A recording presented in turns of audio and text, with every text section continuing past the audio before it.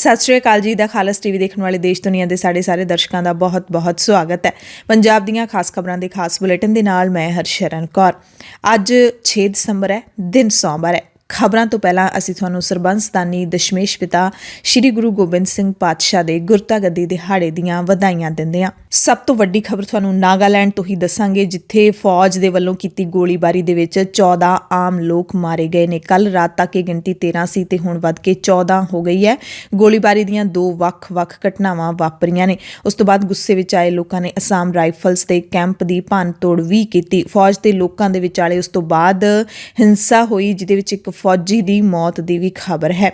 ਹਾਲਾਂਕਿ ਸੂਬਾ ਸਰਕਾਰ ਨੇ ਸਿੱਟ ਕਾਇਮ ਕਰ ਦਿੱਤੀ ਹੈ ਤੇ ਫੌਜ ਨੇ ਕੋਰਟ ਆਫ ਇਨਕੁਆਇਰੀ ਦੇ ਹੁਕਮ ਵੀ ਦੇ ਦਿੱਤੇ ਨੇ। ਓਮਿਕਰੋਨ ਦੇ ਵੱਧਦੇ ਰੌਲੇ ਦਰਮਿਆਨ ਅਮਰੀਕਾ ਨੇ ਕੁਝ ਪਾਬੰਦੀਆਂ ਲਾਈਆਂ ਨੇ। ਵਿਸਥਾਰ ਦੇ ਵਿੱਚ ਦੱਸਾਂਗੇ। ਇਸੇ ਤਰ੍ਹਾਂ ਵੈਸ਼ਨੋ ਦੇਵੀ ਜਾਣ ਵਾਲੇ ਜਿਹੜੇ ਲੋਕ ਨੇ ਉਹ ਵੀ ਖਬਰਾਂ ਸਾਰੀਆਂ ਸੁਣਨ, ਕਿਉਂਕਿ ਉਹਨਾਂ ਲਈ ਵੀ ਕੁਝ ਨਵੇਂ ਦਿਸ਼ਾ ਨਿਰਦੇਸ਼ ਨੇ ਜੰਮੂ ਸਰਕਾਰ ਦੇ। ਮੌਸਮ ਦੀ ਗੱਲ ਕਰ ਲਈਏ ਤਾਂ ਪੰਜਾਬ ਦੇ ਵਿੱਚ ਹੁਣ ਠੰਡ ਦਾ ਜ਼ੋਰ ਵਧਣ ਲੱਗਿਆ। ਹਾਲਾਂਕਿ 6 ਦਸੰਬਰ ਹੋ ਚੁੱਕਿਆ ਤੇ ਦਸੰਬਰ ਮਹੀਨੇ ਦੇ ਵਿੱਚ ਠੰਡ ਹੈ ਜਿਹੜੀ ਉਹ ਪੂਰੇ ਕਹਿਰ ਦੀ ਆ ਜਾਂਦੀ ਹੁੰਦੀ ਹੈ, ਪਰ ਇਸ ਵਾਰ ਥੋੜਾ ਲੇਟ ਚੱਲ ਰਹੀ ਹੈ ਤੇ ਹੁਣ ਮੀਂਹ ਪੈਣ ਤੋਂ ਬਾਅਦ ਠੰਡ ਦਾ ਜ਼ੋਰ ਵਧਿਆ। ਤਾਪਮਾਨ ਆਮ ਨਾਲੋਂ 2 ਤੋਂ 3 ਡਿਗਰੀ ਥੱਲੇ ਰਿਹਾ ਐਤਵਾਰ ਨੂੰ। ਆਉਂਦੇ ਦਿਨਾਂ ਵਿੱਚ ਸਵੇਰ ਸ਼ਾਮ ਦੀ ਠੰਡ ਵਧਣ ਦੇ ਆਸਾਰ ਨੇ ਤੇ ਦਿਨ ਦੇ ਵਿੱਚ ਧੁੱਪ ਹੈ ਜਿਹੜੀ ਉਹ ਖਿੜੀ ਰਹੇਗੀ। ਇਹ ਮੌਸਮ ਵਿਭਾਗ ਦੀ ਜਾਣਕਾਰੀ ਹੈ। ਕੈਪਟਨ ਅਮਰਿੰਦਰ ਸਿੰਘ ਨੂੰ ਜਥੇਦਾਰ ਧਿਆਨ ਸਿੰਘ ਮੰਡ ਨੇ ਤਨਖਾਹੀਆ ਕਰਾਰ ਦੇ ਦਿੱਤਾ ਹੈ। ਭਗਵੰਤ ਮਾਨ ਬੀਜੇਪੀ ਤੇ ਖਰੀਦਣ ਦੇ ਦੋਸ਼ ਲਾ ਰਹੇ ਨੇ। ਪੈਸਿਆਂ ਤੇ ਕੈਬਨਿਟ ਰੈਂਕ ਦੀ ਪੇਸ਼ਕਸ਼ ਦਾ ਦਾਅਵਾ ਕੀਤਾ ਹੈ, ਜਦਕਿ ਬੀਜੇਪੀ ਨੇ ਇਲਜ਼ਾਮ ਲਾਇਆ ਕਿ ਭਗਵੰਤ ਮਾਨ ਆਪਦੀ ਵੁਕਤ ਵਧਾਉਣ ਦੇ ਲਈ ਸਾਨੂੰ ਬਦਨਾਮ ਕਰ ਰਿਹਾ ਹੈ। ਮੁੱਖ ਮੰਤਰੀ ਚਰਨਜੀਤ ਸਿੰਘ ਚੰਨੀ ਕਹਿ ਰਹੇ ਨੇ ਕਿ ਬੀਜੇਪੀ ਨੇ ਵੰਡ ਪਾਓ ਏਜੰਡੇ ਦੇ ਲਈ ਹੁਣ ਨਵੇਂ ਸਹਿਯੋਗੀ ਲੱਭ ਲਏ ਨੇ, ਯਾਨੀ ਕਿ ਕੈਪਟਨ ਅਮਰਿੰਦਰ ਸਿੰਘ ਦੇ ਉੱਤੇ ਨਿਸ਼ਾਨੇ ਲਾਏ ਨੇ। ਕੈਪਟਨ ਤੇ ਭਾਜਪਾ ਦੇ ਏਜੰਟ ਵਜੋਂ ਕੰਮ ਕਰਨ ਦਾ ਦੋਸ਼ ਲਾਇਆ ਹੈ। ਇਹ ਵੀ ਕਿਹਾ ਕਿ ਅਕਾਲੀਆਂ ਨੇ ਆਰਐਸਐਸ ਦੀ ਪੰਜਾਬ ਦੇ ਵਿੱਚ ਪੈਰ ਪਸਾਰਨ ਦੇ ਵਿੱਚ ਪੂਰੀ ਮਦਦ ਕੀਤੀ। 2 ਦਿਨ ਪਹਿਲਾਂ ਅਮਿਤ ਸ਼ਾਹ ਨੇ ਦਾਅਵਾ ਕੀਤਾ ਸੀ ਕਿ ਕੈਪਟਨ ਅਮਰਿੰਦਰ ਸਿੰਘ ਅਤੇ ਅਕਾਲੀ ਦਲ ਸੰਯੁਕਤ ਦੇ ਨਾਲ ਅਸੀਂ ਗੱਠਜੋੜ ਕੀਤਾ। ਉਹ ਦਾਅਵਾ ਕਰ ਚੁੱਕੇ ਨੇ, ਪਰ ਸੁਖਦੇਵ ਸਿੰਘ ਢੀਂਡਸਾ ਕਹਿ ਰਹੇ ਨੇ ਕਿ ਸਾਡੀ ਮੀਟਿੰਗ ਤਾਂ ਹੋਈ ਹੈ ਪਰ ਗੱਠਜੋੜ ਦੀ ਗੱਲ ਸਿਰੇ ਨਹੀਂ ਚੜ੍ਹੀ ਹੈ। ਅਸੀਂ ਬੀਜੇਪੀ ਦੇ ਨਾਲ ਸ਼ਰਤਾਂ ਸਮੇਤ ਹੀ ਗੱਠਜੋੜ ਕਰਾਂਗੇ। ਪੰਜਾਬ ਤੇ ਸਿੱਖਾਂ ਦੇ ਮਸਲਿਆਂ ਬਾਰੇ ਅਸੀਂ ਚਾਰਟਰ ਤਿਆਰ ਕਰਾਂਗੇ। ਅਕਾਲੀ ਦਲ ਸੰਯੁਕਤ ਦੀ ਅੱਜ ਜਿਹੜੀ ਆਪਣੇ ਆਪਸ ਦੇ ਵਿੱਚ ਮੀਟਿੰਗ ਹੋਣ ਜਾ ਰਹੀ ਹੈ, ਲੀਡਰਾਂ ਦੀ ਬੈਠਕ ਹੈ ਜਿਹੜੀ ਉਹ ਬੁਲਾਈ ਗਈ ਹੈ। ਗੱਠਜੋੜ ਦਾ ਐਲਾਨ ਹੈ ਜਿਹੜਾ ਹਲੇ ਸੰਯੁਕਤ ਅਕਾਲੀ ਦਲ ਨੇ ਨਹੀਂ ਕੀਤਾ ਹੈ, ਪਰ ਇਹ ਕਹਿ ਰਹੇ ਨੇ ਕਿ ਅਸੀਂ ਸਿੱਖਾਂ ਦੀਆਂ ਮੰਗਾਂ ਤੇ ਪੰਜਾਬ ਦੀਆਂ ਮੰਗਾਂ ਨੇ ਜਿਹੜੀਆਂ ਉਹਨਾਂ ਸ਼ਰਤਾਂ ਦੇ ਤਹਿਤ ਹੀ ਅਸੀਂ ਕੋਈ ਗੱਠਜੋੜ ਕਰਾਂਗੇ। ਰਾਘਵ ਚੱਡਾ ਦੇ ਇਲਜ਼ਾਮਾਂ ਤੋਂ ਬਾਅਦ ਪੰਜਾਬ ਦੇ ਮੁੱਖ ਮੰਤਰੀ ਚਰਨਜੀਤ ਸਿੰਘ ਚੰਨੀ ਰੂਪਨਗਰ ਦੇ ਵਿੱਚ ਪਿੰਡ ਹਵੇਲੀ ਨੇੜੇ ਸਤਲੁਜ ਦਰਿਆ ਦਾ ਦੌਰਾ ਕਰਨ ਪਹੁੰਚੇ। ਖਨਨ ਸੰਬੰਧੀ ਆਮ ਆਦਮੀ ਪਾਰਟੀ ਦੇ ਦੋਸ਼ਾਂ ਨੂੰ ਨਕਾਰ ਦਿੱਤਾ ਤੇ ਕਿਹਾ ਕਿ ਇੱਥੇ ਕੋਈ ਜਿਹੜਾ ਖਨਨ ਹੈ, ਮਾਈਨਿੰਗ ਹੈ, ਉਹ ਨਹੀਂ ਹੋ ਰਹੀ। ਸੂਬੇ ਦਾ ਮਾਹੌਲ ਖਰਾਬ ਨਾ ਕਰਨ ਦੀ ਚੇਤਾਵਨੀ ਆਮ ਆਦਮੀ ਪਾਰਟੀ ਨੂੰ ਦਿੱਤੀ ਹੈ। ਇਸ ਦੌਰੇ ਤੋਂ ਬਾਅਦ ਰਾਘਵ ਚੱਡਾ ਨੇ ਫਿਰ ਦਾਅਵਾ ਕੀਤਾ ਕਿ ਮੁੱਖ ਮੰਤਰੀ ਚੰਨੀ ਨੇ ਉਸ ਥਾਂ ਦਾ ਦੌਰਾ ਹੀ ਨਹੀਂ ਕੀਤਾ ਜਿੱਥੇ ਮੈਂ ਗਿਆ ਸੀ। ਉਹਨਾਂ ਨੇ ਕਿਹਾ ਕਿ ਉਹ ਗਲਤ ਥਾਂ ਤੇ ਗਏ ਨੇ, ਉਸ ਥਾਂ ਤੇ ਨਹੀਂ ਗਏ ਜਿੱਥੇ ਮੈਂ ਛਾਪਾ ਮਾਰਿਆ ਸੀ। ਸਿੱਧੂ ਮੂਸੇਵਾਲੇ ਦੇ ਕਾਂਗਰਸ ਵਿੱਚ ਵੱਡੇ ਪੱਧਰ ਤੇ ਸ਼ਾਮਿਲ ਹੋਣ ਤੋਂ ਬਾਅਦ ਮੁੱਖ ਮੰਤਰੀ ਚਰਨਜੀਤ ਸਿੰਘ ਚੰਨੀ 10 ਦਸੰਬਰ ਨੂੰ ਮਾਨਸਾ ਦੇ ਵਿੱਚ ਵੱਡੀ ਰੈਲੀ ਕਰਨ ਜਾ ਰਹੇ ਨੇ ਤੇ ਭਾਰਤੀ ਕਿਸਾਨ ਯੂਨੀਅਨ ਏਕਤਾ ਉਗਰਾਹਾਂ ਨੇ ਚੰਨੀ ਦੇ ਦੌਰੇ ਦਾ ਵਿਰੋਧ ਕਰਨ ਦਾ ਐਲਾਨ ਕਰ ਦਿੱਤਾ ਹੈ। ਲੀਡਰਾਂ ਨੇ ਦੱਸਿਆ ਹੈ ਕਿ ਜਿਹੜੀਆਂ ਟਿੱਕਰੀ ਤੇ 3 ਬੀਬੀਆਂ ਸ਼ਹੀਦ ਹੋ ਗਈਆਂ ਸੀ, ਟਰੱਕ ਦੇ ਥੱਲੇ ਦਰੜ ਕੇ ਉਹਨਾਂ ਦੀ ਮੌਤ ਹੋ ਗਈ ਸੀ, ਉਹਨਾਂ ਦੇ ਪਰਿਵਾਰਾਂ ਨੂੰ ਨੌਕਰੀਆਂ ਦੇਣ ਦਾ ਹਾਲੇ ਤੱਕ ਸਰਕਾਰ ਨੇ ਕੋਈ ਐਲਾਨ ਨਹੀਂ ਕੀਤਾ। ਦੂਜੇ ਪਾਸੇ ਇਹ ਵੀ ਗੱਲ ਹੈ ਕਿ ਕਿਸਾਨ ਨੇ ਜਿਹੜੇ ਜਿਨ੍ਹਾਂ ਦਾ ਨਰਮਾ ਮਰ ਗਿਆ ਗੁਲਾਬੀ ਸੁੰਡੀ ਦੇ ਨਾਲ, ਉਹਨਾਂ ਨੂੰ ਵੀ ਹਾਲੇ ਮੁਆਵਜ਼ਾ ਦੇਣਾ ਸ਼ੁਰੂ ਨਹੀਂ ਕੀਤਾ ਗਿਆ ਅਮਲੀ ਤੌਰ ਤੇ। ਇਹ ਉੱਥੋਂ ਦੇ ਕਿਸਾਨ ਦੱਸਦੇ ਨੇ। ਇਸੇ ਤਰ੍ਹਾਂ ਮਾਨਸਾ ਦੇ ਵਿੱਚ ਜਿਹੜੇ ਕਾਂਗਰਸੀ ਨਾਰਾਜ਼ ਚੱਲ ਰਹੇ ਨੇ, ਕਿਉਂਕਿ ਮਾਨਸਾ ਜ਼ਿਲ੍ਹੇ ਦੇ ਤਕਰੀਬਨ ਸਾਰੇ ਟਕਸਾਲੀ ਕਾਂਗਰਸੀ ਨਾਰਾਜ਼ ਨੇ। ਉਹਨਾਂ ਨੂੰ ਲੱਗਦਾ ਹੈ ਕਿ ਸਿੱਧੂ ਮੂਸੇਵਾਲੇ ਨੂੰ ਟਿਕਟ ਦਿੱਤੀ ਜਾਊਗੀ, ਉਹਨਾਂ ਦੀ ਮਿਹਨਤ ਹੈ ਜਿਹੜੀ ਉਹ ਬੇਕਾਰ ਜਾਊਗੀ। ਇਸੇ ਦਰਮਿਆਨ ਕੈਬਨਿਟ ਮੰਤਰੀ ਅਮਰਿੰਦਰ ਸਿੰਘ ਰਾਜਾ ਵੜਿੰਗ ਕੱਲ ਸਿੱਧੂ ਮੂਸੇਵਾਲੇ ਦੇ ਘਰ ਪਹੁੰਚੇ। ਉੱਥੇ ਜਿਹੜੇ ਜ਼ਿਲ੍ਹੇ ਦੇ ਸਾਰੇ ਕਾਂਗਰਸੀ ਹੈਗੇ ਨੇ ਉਹਨਾਂ ਨਾਲ ਸਿੱਧੂ ਮੂਸੇਵਾਲੇ ਦੀ ਮੁਲਾਕਾਤ ਕਰਵਾਈ। ਸੰਯੁਕਤ ਕਿਸਾਨ ਮੋਰਚੇ ਨੇ ਖੇਤੀਬਾੜੀ ਮੰਤਰੀ ਨਰਿੰਦਰ ਤੋਮਰ ਦੇ ਉਸ ਬਿਆਨ ਦੀ ਆਲੋਚਨਾ ਕੀਤੀ ਹੈ ਜਿਸ ਦੇ ਵਿੱਚ ਤੋਮਰ ਨੇ ਕਿਸਾਨ ਕਿਸਾਨਾਂ ਨੂੰ ਘਰ ਜਾਣ ਦੀ ਅਪੀਲ ਕੀਤੀ ਹੈ। ਕਿਸਾਨ ਲੀਡਰਾਂ ਨੇ ਕਿਹਾ ਕਿ ਅਸੀਂ ਸਾਫ਼ ਤੌਰ ਤੇ ਕਹਿ ਚੁੱਕੇ ਹਾਂ ਕਿ ਉਦੋਂ ਤੱਕ ਵਾਪਸ ਨਹੀਂ ਜਾਵਾਂਗੇ ਜਦੋਂ ਤੱਕ ਬਾਕੀ ਮੰਗਾਂ ਦੇ ਉੱਤੇ ਮੋਹਰ ਨਹੀਂ ਲੱਗਦੀ। ਉਹਨਾਂ ਕਿਹਾ ਕਿ 21 ਨਵੰਬਰ ਨੂੰ ਅਸੀਂ ਪ੍ਰਧਾਨ ਮੰਤਰੀ ਨਰਿੰਦਰ ਮੋਦੀ ਨੂੰ ਰਹਿੰਦੀਆਂ ਮੰਗਾਂ ਪੂਰੀਆਂ ਕਰਨ ਦੇ ਲਈ ਚਿੱਠੀ ਲਿਖੀ ਸੀ, ਪਰ ਹਾਲੇ ਤੱਕ ਉਸ ਦਾ ਕੋਈ ਜਵਾਬ ਨਹੀਂ ਆਇਆ ਹੈ। ਤੇ ਯੂਪੀ ਦੇ ਬਲੀਆ ਤੋਂ ਇੱਕ ਬੀਜੇਪੀ ਲੀਡਰ ਨੇ ਰਾਕੇਸ਼ ਟਿਕੈਤ ਨੂੰ ਲੈ ਕੇ ਫਿਰ ਤੋਂ ਵਿਵਾਦਿਤ ਬਿਆਨ ਦਿੱਤਾ ਹੈ। ਉਸਨੇ ਟਿਕੈਤ ਨੂੰ ਅੱਤਵਾਦੀ ਦੱਸਿਆ ਹੈ। ਸੋਸ਼ਲ ਮੀਡੀਆ ਤੇ ਇੱਕ ਵੀਡੀਓ ਦੇ ਵਿੱਚ ਘੇਸੀ ਲੋਕ ਸਭਾ ਹਲਕੇ ਦੇ ਸਾਬਕਾ ਸੰਸਦ ਮੈਂਬਰ ਹਰੀ ਨਾਰਾਇਣ ਰਾਜਭਰ ਨੇ ਕਿਹਾ ਕਿ 200 ਕਿਸਾਨਾਂ ਦੀਆਂ ਮੌਤਾਂ ਲਈ ਟਿਕੈਤ ਜ਼ਿੰਮੇਦਾਰ ਹੈ। ਉਸਨੇ ਟਿਕੈਤ ਖਿਲਾਫ ਕੇਸ ਦਰਜ ਕਰਨ ਦੀ ਮੰਗ ਕੀਤੀ ਹੈ ਤੇ ਜਾਇਦਾਦ ਜ਼ਬਤ ਕਰਨ ਦੀ ਮੰਗ ਕੀਤੀ ਹੈ। ਇਹ ਵੀ ਦਾਅਵਾ ਕੀਤਾ ਕਿ ਖੇਤੀ ਕਾਨੂੰਨਾਂ ਦੀ ਵਾਪਸੀ ਕਿਸਾਨਾਂ ਲਈ ਤਾਂ ਬਹੁਤ ਨੁਕਸਾਨਦੇਹ ਹੈ, ਜਦਕਿ ਖਾਲਿਸਤਾਨੀ ਗੁੰਡਿਆਂ ਦੇ ਲਈ ਲਾਭਦਾਇਕ ਹੈ। ਖੈਰ, ਖਬਰਾਂ ਪੜ੍ਹੇ ਜਾਣ ਤੱਕ ਰਾਕੇਸ਼ ਟਿਕੈਤ ਦਾ ਇਸ ਤੇ ਕੋਈ ਪ੍ਰਤੀਕਰਮ ਨਹੀਂ ਆਇਆ ਸੀ। ਸੋ ਜ਼ਮੀਨੀ ਪੱਧਰ ਤੇ ਸੱਚਾਈ ਇਹ ਹੈ ਕਿ ਕਿਸਾਨ ਮੋਰਚਿਆਂ ਦੇ ਉੱਤੇ ਜਿਹੜੇ ਸੰਘਰਸ਼ੀ ਕਿਸਾਨ ਨੇ ਉਹਨਾਂ ਦੀ ਗਿਣਤੀ ਵੱਧਦੀ ਜਾ ਰਹੀ ਹੈ। ਜਿਹੜੇ ਉੱਥੇ ਬੈਠੇ ਕਿਸਾਨ ਨੇ ਉਹਨਾਂ ਦੀ ਇਹੀ ਮੰਗ ਹੈ ਕਿ ਅਸੀਂ ਉਹਨਾਂ ਚਿਰ ਤੱਕ ਵਾਪਸ ਨਹੀਂ ਆਵਾਂਗੇ ਜਦੋਂ ਤੱਕ ਮੰਗਾਂ ਨਹੀਂ ਪੂਰੀਆਂ ਹੋ ਜਾਂਦੀਆਂ। ਉੱਥੇ ਸਾਲ-ਸਾਲ ਤੋਂ ਜਿਹੜੇ ਲੋਕ ਡਟੇ ਹੋਏ ਨੇ, ਸੰਘਰਸ਼ੀ ਯੋਧੇ ਡਟੇ ਹੋਏ ਨੇ, ਉਹਨਾਂ ਨੇ ਆਪਣੇ ਆਪ ਨੂੰ ਹੁਣ ਸੰਗਲਾਂ ਦੇ ਨਾਲ ਬੰਨ੍ਹ ਲਿਆ। ਉਹਨਾਂ ਨੇ ਇਹ ਵੀ ਕਿਹਾ ਕਿ ਸੰਯੁਕਤ ਕਿਸਾਨ ਮੋਰਚੇ ਦੇ ਅਸੀਂ ਹਰ ਫੈਸਲੇ ਦੇ ਨਾਲ ਆ। ਹੁਣ ਤੱਕ ਅਸੀਂ ਨਾਲ ਹੀ ਰਹੇ ਹਾਂ, ਹਰ ਫੈਸਲੇ ਤੇ ਫੁੱਲ ਚੜਾਉਂਦੇ ਆਏ ਹਾਂ, ਪਰ ਅਸੀਂ ਅਪੀਲ ਕਰਦੇ ਹਾਂ ਕਿ ਸੰਯੁਕਤ ਕਿਸਾਨ ਮੋਰਚਾ ਸਾਰੀਆਂ ਮੰਗਾਂ ਮੰਨੇ ਜਾਣ ਤੋਂ ਪਹਿਲਾਂ ਵਾਪਸੀ ਦਾ ਐਲਾਨ ਨਾ ਕਰੇ। ਸਿੰਘੂ ਬਾਰਡਰ ਦੇ ਉੱਤੇ ਉਹਨਾਂ ਨੇ ਜਿਹੜੀ ਇਹ ਸੰਘਰਸ਼ ਵੱਖਰੇ ਤੌਰ ਤੇ ਸ਼ੁਰੂ ਕਰ ਦਿੱਤਾ, ਆਪਣੇ ਆਪ ਨੂੰ ਸੰਗਲਾਂ ਦੇ ਵਿੱਚ ਜਕੜ ਕੇ ਇਹ ਮੰਗ ਹੈ ਜਿਹੜੀ ਉਹ ਰੱਖ ਦਿੱਤੀ ਹੈ। ਵੀਰ ਜੀ, ਆਪਾਂ ਨਾ ਜਿਹੜੀ ਕਾਲ ਕਿਸਾਨ ਮੋਰਚੇ ਨੇ ਲੋਕਾਂ ਨੂੰ ਦਿੱਤੀ ਸੀ ਕਿ 3 ਕਾਲੇ ਕਾਨੂੰਨ ਆਪਾਂ ਰੱਦ ਕਰਾਉਣੇ ਆ ਤੇ MSP ਦੀ ਗਰੰਟੀ ਲੈਣੀ ਆ, ਉਸ ਵਿਸ਼ੇ ਦੇ ਉੱਤੇ ਲੋਕਾਂ ਨੂੰ ਇੱਥੇ ਬੁਲਾਇਆ ਗਿਆ। ਲੋਕ ਰਹੇ, ਅਸੀਂ ਵੀ ਰਹੇ। ਜੇ MSP ਲਾਗੂ ਹੋ ਜਾਂਦੀ ਹੈਗੀ ਆ, ਆਪਣਾ ਦੇਸ਼ ਪੂਰਾ ਭਾਰਤ ਸੋਨੇ ਦੀ ਚਿੜੀ ਬਣ ਜਾਏਗਾ। 3 ਕਾਲੇ ਕਾਨੂੰਨ ਲੋਕਾਂ ਦੇ ਦੁਆਰਾ ਰੱਦ ਹੋਏ। ਲੋਕਾਂ ਦਾ ਜ਼ੋਰ ਸੀਗਾ, ਮੋਦੀ ਨੂੰ ਦੱਸਦਾ ਸੀਗਾ ਵੀ ਲੋਕ ਕਾਰਵਾਈਆਂ ਕਰਨਗੇ, ਅੱਗੇ ਨੂੰ ਆਉਣਗੇ। ਉਹਨੂੰ 26 ਦਾ ਵੀ ਡਰ ਸੀਗਾ, 26 ਨਵੰਬਰ ਦਾ। ਫਿਰ 29 ਦੀ ਕਾਲ ਸੀਗੀ ਕਿ ਜਾਣਗੇ ਕਿਸਾਨ, ਇਸ ਕਰਕੇ ਉਹਨੇ ਬਿੱਲ ਰੱਦ ਕਰਤੇ। ਹੁਣ ਫਸਿਆ ਪਿਆ MSP ਦਾ ਰੌਲਾ। MSP ਦੀ ਗਰੰਟੀ ਹਰ ਹਾਲ ਵਿੱਚ ਇਹਦੇ 'ਤੇ ਕਮਿਸ਼ਨ ਬਣੇ, ਇਹਦੀਆਂ ਜਿਹੜੀਆਂ ਹਦਾਇਤਾਂ ਹੈਗੀਆਂ ਪੂਰੀਆਂ ਕੀਤੀਆਂ ਜਾਣ। MSP ਚੰਗੀ ਤਰ੍ਹਾਂ ਲਾਗੂ ਕੀਤੀ ਜਾਵੇ, ਚੰਗੇ ਭਾਅ ਦਿੱਤੇ ਜਾਣ ਔਰ ਲੋਕਾਂ ਦੀ ਜਿਹੜੀ ਆ ਖੁਸ਼ਹਾਲੀ ਦਾ ਹੀਰਾ ਹੈਗਾ। ਸੋ ਆਪਾਂ ਕਿਸਾਨ ਮੋਰਚੇ ਦੇ ਨਾਲ ਆ, ਸੰਯੁਕਤ ਮੋਰਚੇ ਦੇ ਨਾਲ ਆ, ਕੋਈ ਵੱਖਰੇ ਨਹੀਂ ਹੈਗੇ। ਇਹ ਸਿਰਫ ਇੱਕ ਰੋਸ ਪ੍ਰਗਟ ਕਰਨ ਦਾ ਆਪਣਾ ਤਰੀਕਾ ਹੈਗਾ, ਹੱਕ ਦਾ ਅਧਿਕਾਰ ਹੈਗਾ ਕਿ MSP ਤੋਂ ਬਿਨਾਂ ਆਪਾਂ ਜਾਣਾ ਨਹੀਂ, ਚਾਹੇ ਇੱਥੇ ਆਪਣੀਆਂ मतलब जाना चलेगा जाना। एक सर्विस डिपार्टमेंट का सदस्य हूँ मैं। हाँ, मैं फेरीमान दल से हूँ। जब तक MSP की गारंटी नहीं मिलती, चाहे मेरी नाड़ चली जाओ, जान चली जाओ, हमारा तो उठा नहीं गए।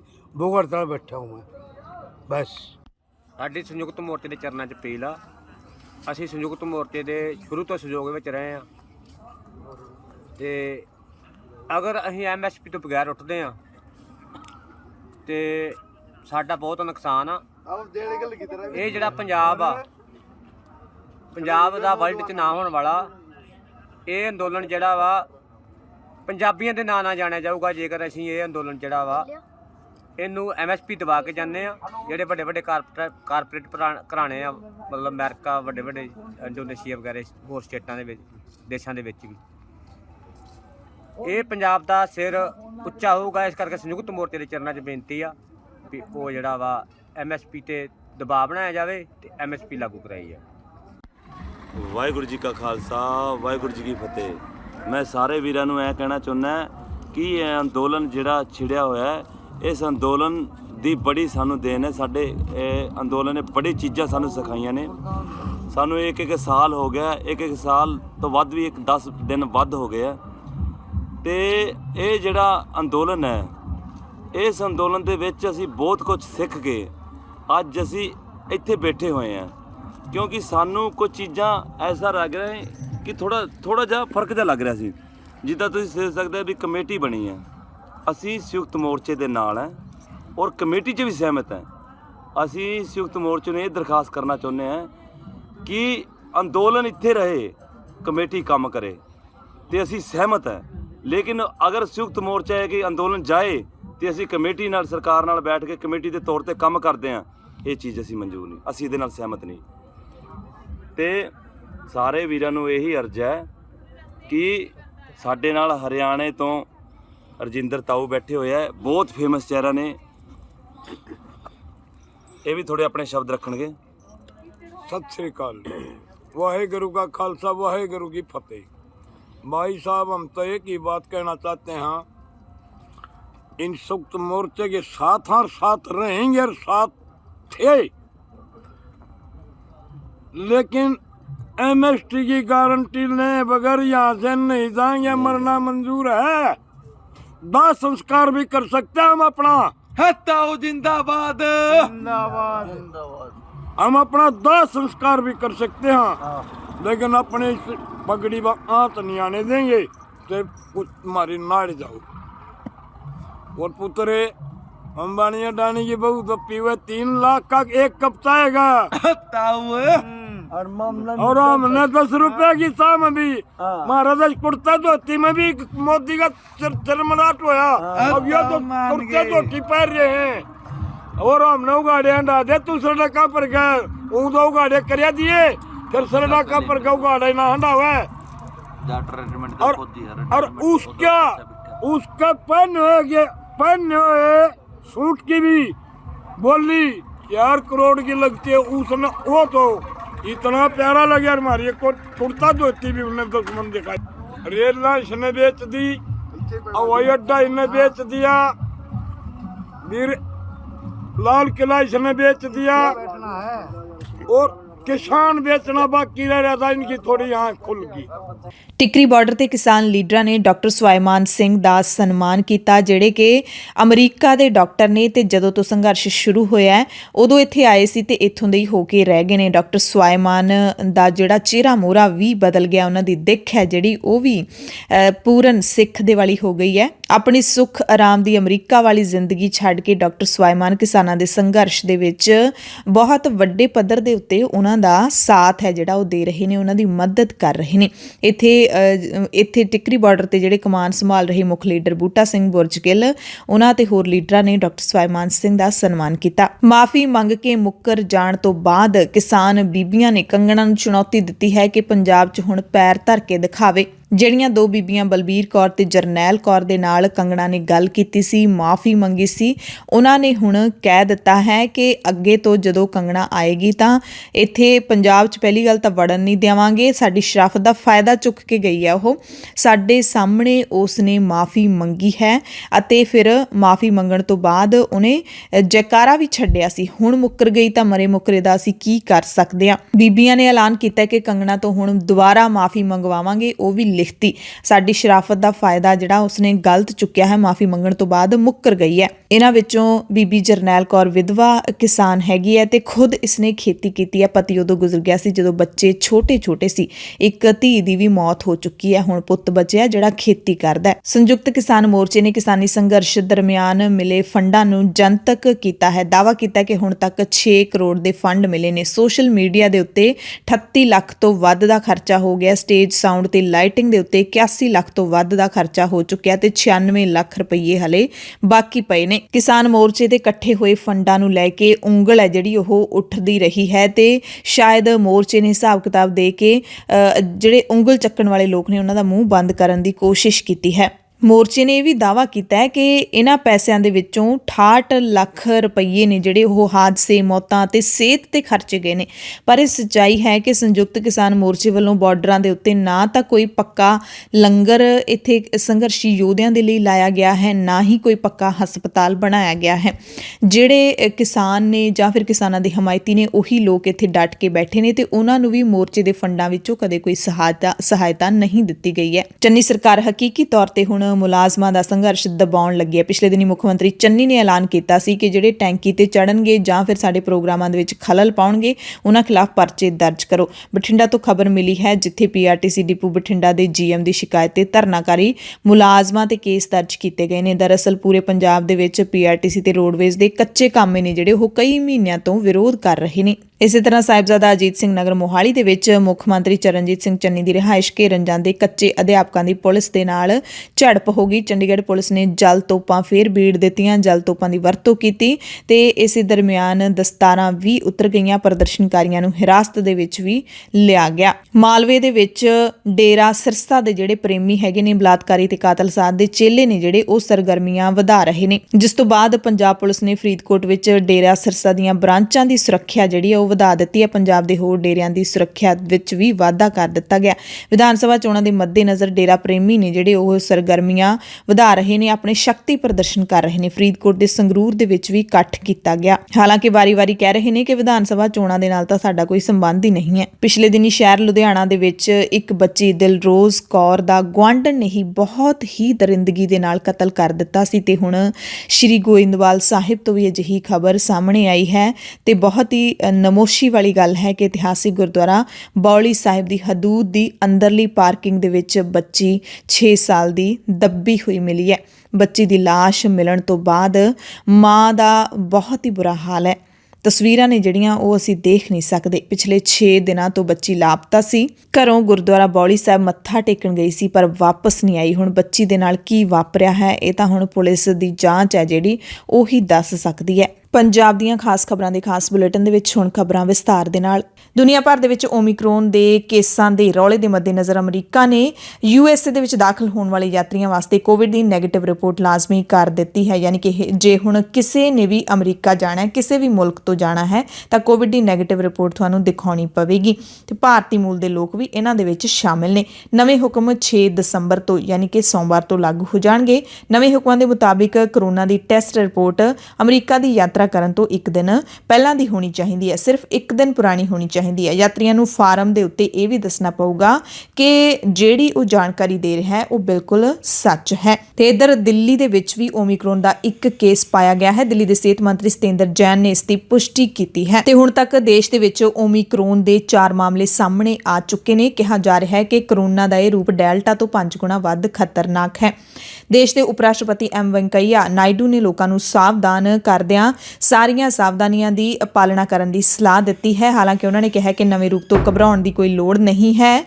ਲੋਕਾਂ ਨੂੰ ਛੇਤੀ ਤੋਂ ਛੇਤੀ ਵੈਕਸੀਨ ਲਵਾਉਣ ਦੀ ਵੀ ਉਹਨਾਂ ਨੇ ਅਪੀਲ ਕੀਤੀ ਹੈ। ਇਸੇ ਦਰਮਿਆਨ ਇਹ ਵੀ ਖਬਰ ਮਿਲ ਰਹੀ ਹੈ ਕਿ ਯੂਪੀ ਤੇ ਬਿਹਾਰ ਸਣੇ 5 ਸੂਬਿਆਂ ਦੇ ਵਿੱਚ ਵਿਦੇਸ਼ਾਂ ਤੋਂ ਆਏ 586 ਲੋਕ ਲਾਪਤਾ ਹੋ ਗਏ ਨੇ ਤਾਂ ਕਿ ਸਰਕਾਰ ਉਹਨਾਂ ਨੂੰ ਕੁਆਰੰਟੀਨ ਨਾ ਕਰ ਦੇਵੇ। ਤੇ ਖਬਰ ਮਿਲੀ ਹੈ ਕਿ 586 ਲੋਕ ਨੇ ਜਿਹੜੇ ਉਹ ਵੱਖ-ਵੱਖ ਦੇਸ਼ਾਂ ਤੋਂ ਭਾਰਤ ਆਏ ਨੇ ਪਿਛਲੇ ਦਿਨਾਂ ਦੇ ਵਿੱਚ, ਪਰ ਉਹਨਾਂ ਦਾ ਪਤਾ ਨਹੀਂ ਲੱਗ ਰਿਹਾ ਉਹ ਲੋਕ ਹੈਗੇ ਕਿੱਥੇ ਨੇ। 586 ਲੋਕਾਂ ਦੀ ਵੱਖ-ਵੱਖ ਸ਼ਹਿਰਾਂ ਦੇ ਵਿੱਚ ਭਾਲ ਕੀਤੀ ਜਾ ਰਹੀ ਹੈ। ਉੱਤਰ ਪ੍ਰਦੇਸ਼ ਦੇ ਮੇਰਠ ਵਿੱਚ 300 ਲੋਕ ਵਿਦੇਸ਼ ਤੋਂ ਪਰਤੇ ਨੇ। ਇਹਨਾਂ ਵਿੱਚੋਂ 13 ਗਲਤ ਪਤੇ ਦੇ ਕੇ ਅਤੇ ਹੋਰ ਲੋਕ ਨੇ ਜਿਹੜੇ ਗਲਤ ਜਾਣਕਾਰੀਆਂ ਦੇ ਕੇ ਲਾਪਤਾ ਹੋ ਗਏ ਨੇ। 7 ਦੱਖਣੀ ਅਫਰੀਕਾ ਤੋਂ ਵਾਪਸ ਆਏ ਨੇ ਇਹਨਾਂ ਦੇ ਵਿੱਚੋਂ ANI ਦੀ ਜਾਣਕਾਰੀ ਦੇ ਮੁਤਾਬਿਕ। ਤੇ ਇਹਨਾਂ ਖਬਰਾਂ ਦੇ ਦਰਮਿਆਨ ਵੱਖ-ਵੱਖ ਮੁਲਕਾਂ ਦੇ ਨਾਲ-ਨਾਲ ਕਈ ਸੂਬਿਆਂ ਨੇ ਵੀ ਪਾਬੰਦੀਆਂ ਲਾਉਣੀਆਂ ਸ਼ੁਰੂ ਕਰ ਦਿੱਤੀਆਂ ਨੇ। ਵੈਸ਼ਨੋ ਦੇਵੀ ਦੀ ਯਾਤਰਾ ਲਈ ਆਉਣ ਵਾਲੇ ਸ਼ਰਧਾਲੂਆਂ ਦੇ ਲਈ ਕੋਵਿਡ ਟੈਸਟ ਰਿਪੋਰਟ ਦੀ ਸ਼ਰਤ ਹੈ ਜਿਹੜੀ ਇਹ ਲਾਜ਼ਮੀ ਕਰ ਦਿੱਤੀ ਗਈ ਹੈ। ਜੰਮੂ ਤੋਂ ਇਹ ਖਬਰ ਹੈ। ਸੋ ਯਾਤਰੀ ਹੁਣ ਜਿਹੜੇ ਵੀ ਵੈਸ਼ਨੋ ਦੇਵੀ ਦੀ ਯਾਤਰਾ ਲਈ ਜਾਣਗੇ ਉਹਨਾਂ ਨੂੰ ਕੋਵਿਡ ਦੀ ਨੈਗੇਟਿਵ ਰਿਪੋਰਟ ਹੈ ਜਿਹੜੀ ਉਹ ਲਿਜਾਣੀ ਪਵੇਗੀ। ਕੱਟੜਾ ਸਮੇਤ ਹੋਰਨਾਂ ਥਾਵਾਂ ਤੇ ਸ਼ਰਧਾਲੂਆਂ ਦੀ ਜਾਂਚ ਕੀਤੀ ਜਾ ਰਹੀ ਹੈ ਤੇ ਨਾਲ ਹੀ ਇਹ ਜਿਹੜੀ ਸ਼ਰਤ ਹੈ ਉਹ ਵੀ ਲਾ ਦਿੱਤੀ ਗਈ ਹੈ। ਦਿੱਲੀ NCR ਦੇ ਵਿੱਚ ਵੱਧ ਰਹੇ ਪ੍ਰਦੂਸ਼ਣ ਨੂੰ ਦੇਖਦਿਆਂ ਹੋਇਆਂ ਹਰਿਆਣਾ ਦੇ ਵੀ 4 ਜ਼ਿਲ੍ਹਿਆਂ ਦੇ ਵਿੱਚ ਸਾਰੇ ਸਕੂਲ ਬੰਦ ਕਰਨ ਦਾ ਐਲਾਨ ਕਰ ਦਿੱਤਾ ਗਿਆ ਹੈ। ਸੋਨੀਪਤ, ਗੁਰੂਗ੍ਰਾਮ, ਫਰੀਦਾਬਾਦ ਤੇ ਝੱਜਰ ਵਿੱਚ ਵੀ ਪ੍ਰਦੂਸ਼ਣ ਕਾਰਨ ਹਾਲਾਤ ਖਰਾਬ ਹੁੰਦੇ ਜਾ ਰਹੇ ਨੇ। ਅਜਿਹੇ ਵਿੱਚ ਵਾਤਾਵਰਣ ਵਿਭਾਗ ਨੇ 4 ਜ਼ਿਲ੍ਹਿਆਂ ਦੇ ਵਿੱਚ ਸਾਰੇ ਪ੍ਰਾਈਵੇਟ ਤੇ ਸਰਕਾਰੀ ਸਕੂਲ ਅਗਲੇ ਹੁਕਮਾਂ ਤੱਕ ਬੰਦ ਰੱਖਣ ਦਾ ਐਲਾਨ ਕੀਤਾ ਗਿਆ ਹੈ।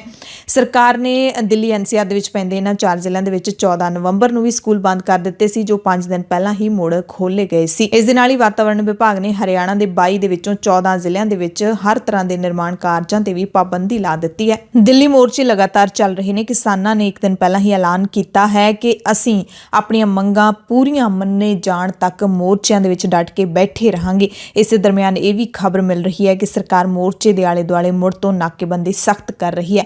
ਕਿਸਾਨ ਮਜ਼ਦੂਰ ਸੰਘਰਸ਼ ਕਮੇਟੀ ਦੇ ਸੂਬਾ ਜਨਰਲ ਸਕੱਤਰ ਸਰਵਣ ਸਿੰਘ ਪੰਧੇਰ ਨੇ ਦੱਸਿਆ ਕਿ ਦਿੱਲੀ ਵਿੱਚ ਮੋਰਚੇ ਦੇ ਖਿਲਾਫ ਪ੍ਰਸ਼ਾਸਨ ਦੇ ਵੱਲੋਂ ਮੁੜ ਨਾਕੇਬੰਦੀ ਕੀਤੀ ਗਈ ਹੈ। ਸਵੇਰੇ 4 ਵਜੇ ਤੋਂ ਇੱਥੇ ਸੜਕਾਂ ਤੇ ਪੁਲਿਸ ਦੇ ਵਾਹਨਾਂ ਦਾ ਜਾਮ ਲੱਗਿਆ ਹੋਇਆ ਸੀ। ਫੋਰਸ ਦੇ ਵੱਲੋਂ ਸੜਕ ਦੇ ਵਿਚਾਲੇ ਗੱਡੀਆਂ ਖੜੀਆਂ ਕਰਕੇ ਰਾਹ ਰੋਕਿਆ ਗਿਆ। ਪੰਧੇਰ ਨੇ ਕਿਹਾ ਕਿ ਕਿਸਾਨਾਂ ਨੇ ਵਿਰੋਧ ਕਰਕੇ ਜਾਮ ਖੁਲਵਾਇਆ। ਉਹਨਾਂ ਕਿਹਾ ਕਿ ਦਿੱਲੀ ਪੁਲਿਸ ਤੇ ਮੋਦੀ ਸਰਕਾਰ ਰੋਜ਼ਾਨਾ ਸਵੇਰੇ ਸਾਨੂੰ ਤੰਗ ਪਰੇਸ਼ਾਨ ਕਰਦੀ ਹੈ। ਇਸੇ ਦਰਮਿਆਨ ਸਿੰਘੂ ਬਾਰਡਰ ਤੇ ਮੌਜੂਦ ਪੱਤਰਕਾਰ ਪੱਤਰਕਾਰ ਭਾਈਚਾਰੇ ਦੀ ਜਾਣਕਾਰੀ ਦੇ ਮੁਤਾਬਿਕ ਕੁੰਡਲੀ ਬਾਰਡਰ ਰਾਹੀਂ ਨਰੇਲਾ ਹੋ ਕੇ ਦਿੱਲੀ ਜਾਣ ਵਾਲੀਆਂ ਪੰਜਾਬ ਤੇ ਚੰਡੀਗੜ੍ਹ ਨੰਬਰ ਦੀਆਂ ਗੱਡੀਆਂ ਨੂੰ ਰੋਕਿਆ ਜਾ ਰਿਹਾ ਹੈ। ਪ੍ਰੈਸ ਨੂੰ ਵੀ ਅੱਗੇ ਨਹੀਂ ਜਾਣ ਦਿੱਤਾ ਜਾ ਰਿਹਾ। ਇਹਨਾਂ ਨੂੰ ਪਰਮਿਸ਼ਨ ਲੈਣ ਲਈ ਕਿਹਾ ਜਾ ਰਿਹਾ ਹੈ। ਚੈਕਿੰਗ ਦਾ ਪੈਮਾਨਾ ਦਸਤਾਰ ਹੈ ਇੱਥੇ, ਯਾਨੀ ਕਿ ਜਿਨ੍ਹਾਂ ਨੇ ਪੱਗ ਬੰਨੀ ਹੋਈ ਹੈ ਉਹਨਾਂ ਨੂੰ ਰੋਕਿਆ ਜਾ ਰਿਹਾ ਹੈ, ਜਿਸ ਨੂੰ ਦੇਖ ਕੇ ਇਹੀ ਕਿਹਾ ਜਾ ਸਕਦਾ ਹੈ ਕਿ ਸਿੱਖਾਂ ਦੇ ਦਾਖਲੇ ਤੇ ਪਾਬੰਦੀਆਂ ਲਾਈਆਂ ਜਾ ਰਹੀਆਂ ਨੇ, ਕਿਸਾਨਾਂ ਨੂੰ ਦਾਖਲ ਹੋਣ ਤੋਂ ਰੋਕਿਆ ਜਾ ਰਿਹਾ ਹੈ। ਥੋੜੇ ਦਿਨ ਪਹਿਲਾਂ ਆਪਾਂ ਇਹ ਖਬਰ ਵੀ ਤੁਹਾਨੂੰ ਦੱਸੀ ਸੀ ਕਿ ਮੋਰਚੇ ਦੀ ਪਹਿਲੀ ਮੰਗ ਮੰਨੇ ਜਾਣ ਦੀ ਖੁਸ਼ੀ ਵਿੱਚ, ਯਾਨੀ ਕਿ 3 ਖੇਤੀ ਕਾਨੂੰਨ ਰੱਦ ਹੋਣ ਦੀ ਖੁਸ਼ੀ ਵਿੱਚ ਅਕਾਲ ਪੁਰਖ ਦਾ ਸ਼ੁਕਰਾਨਾ ਕਰਨ ਦੇ ਲਈ ਨਿਹੰਗ ਸਿੰਘ ਕਰੀਬ 80 ਦੀ ਗਿਣਤੀ ਸੀ ਉਹਨਾਂ ਦੀ, ਉਹ ਜਾ ਰਹੇ ਸੀ ਬੰਗਲਾ ਸਾਹਿਬ ਗੁਰਦੁਆਰੇ, ਪਰ ਉਹਨਾਂ ਨੂੰ ਮੁਕਰਬਾ ਚੌਂਕ ਤੇ ਪੁਲਿਸ ਨੇ ਰੋਕ ਲਿਆ, ਅੱਗੇ ਨਹੀਂ ਜਾਣ ਦਿੱਤਾ।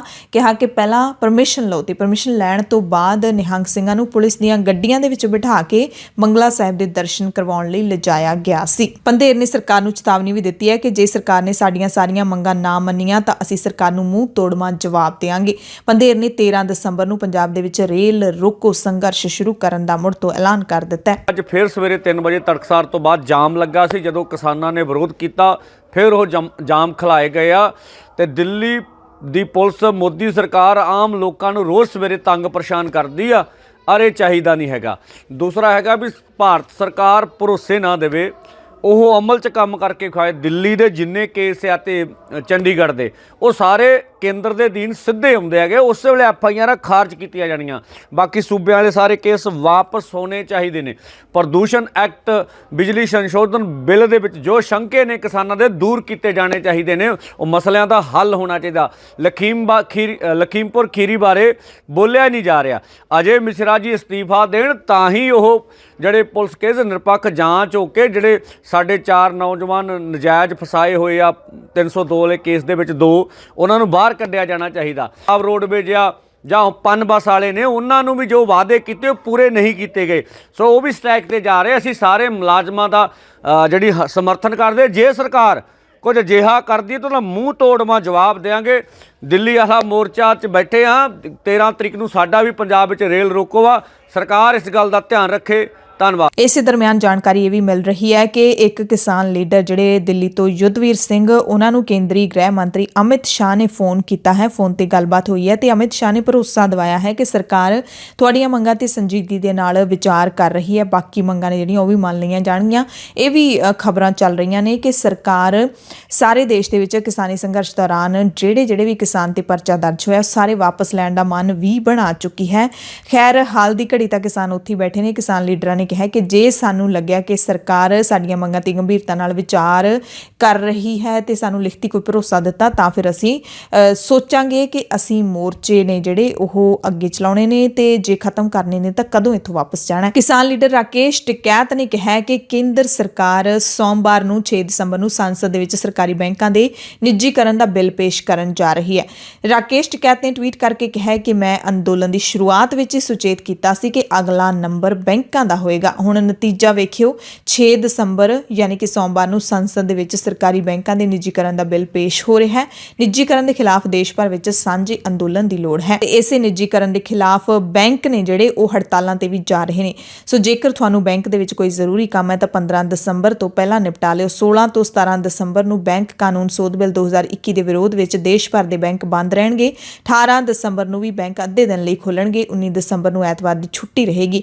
ਬੈਂਕ ਬਿੱਲ 2021 ਦੇ ਵਿਰੋਧ ਵਿੱਚ ਸ਼ਨੀਵਾਰ ਨੂੰ United Forum of Bank Unions ਨੇ ਚੰਡੀਗੜ੍ਹ ਦੇ ਸੈਕਟਰ 17 ਸਥਿਤ ਬੈਂਕ ਚੌਂਕ ਦੇ ਵਿੱਚ ਧਰਨਾ ਦਿੱਤਾ। ਇੱਥੇ ਯੂਨੀਅਨ ਦੇ ਕਨਵੀਨਰ ਸੰਜੀਵ ਨੇ ਕਿਹਾ ਕਿ ਸਰਕਾਰ ਹਰੇਕ ਬਿੱਲ ਨੂੰ ਬੜੀ ਤੇਜ਼ੀ ਨਾਲ ਸੰਸਦ ਦੇ ਵਿੱਚ ਲੈ ਕੇ ਆਉਂਦੀ ਹੈ, ਬਿਨਾਂ ਕਿਸੇ ਚਰਚਾ ਤੋਂ ਬਹਿਸ ਤੋਂ ਇਸ ਨੂੰ ਪਾਸ ਕਰ ਦਿੰਦੀ ਹੈ ਤੇ ਖਮਿਆਜ਼ਾ ਆਮ ਲੋਕ ਭੁਗਤਦੇ ਨੇ। ਬਰਗਾੜੀ ਮੋਰਚੇ ਨੂੰ ਧੋਖੇ ਨਾਲ ਖਤਮ ਕਰਾਉਣ ਦੇ ਦੋਸ਼ ਹੇਠ ਮੁਤਵਾਜ਼ੀ ਜਥੇਦਾਰ ਭਾਈ ਧਿਆਨ ਸਿੰਘ ਮੰਡ ਨੇ ਸਾਬਕਾ ਮੁੱਖ ਮੰਤਰੀ ਕੈਪਟਨ ਅਮਰਿੰਦਰ ਸਿੰਘ ਨੂੰ ਤਨਖਾਹੀਆ ਕਰਾਰ ਦੇ ਦਿੱਤਾ ਹੈ। ਉਹਨਾਂ ਨੇ ਸ਼੍ਰੀ ਅਕਾਲ ਤਖਤ ਸਾਹਿਬ ਦੇ ਸਕੱਤਰੇਤ ਦੇ ਬਾਹਰੋਂ ਹੁਕਮਨਾਮਾ ਜਾਰੀ ਕੀਤਾ।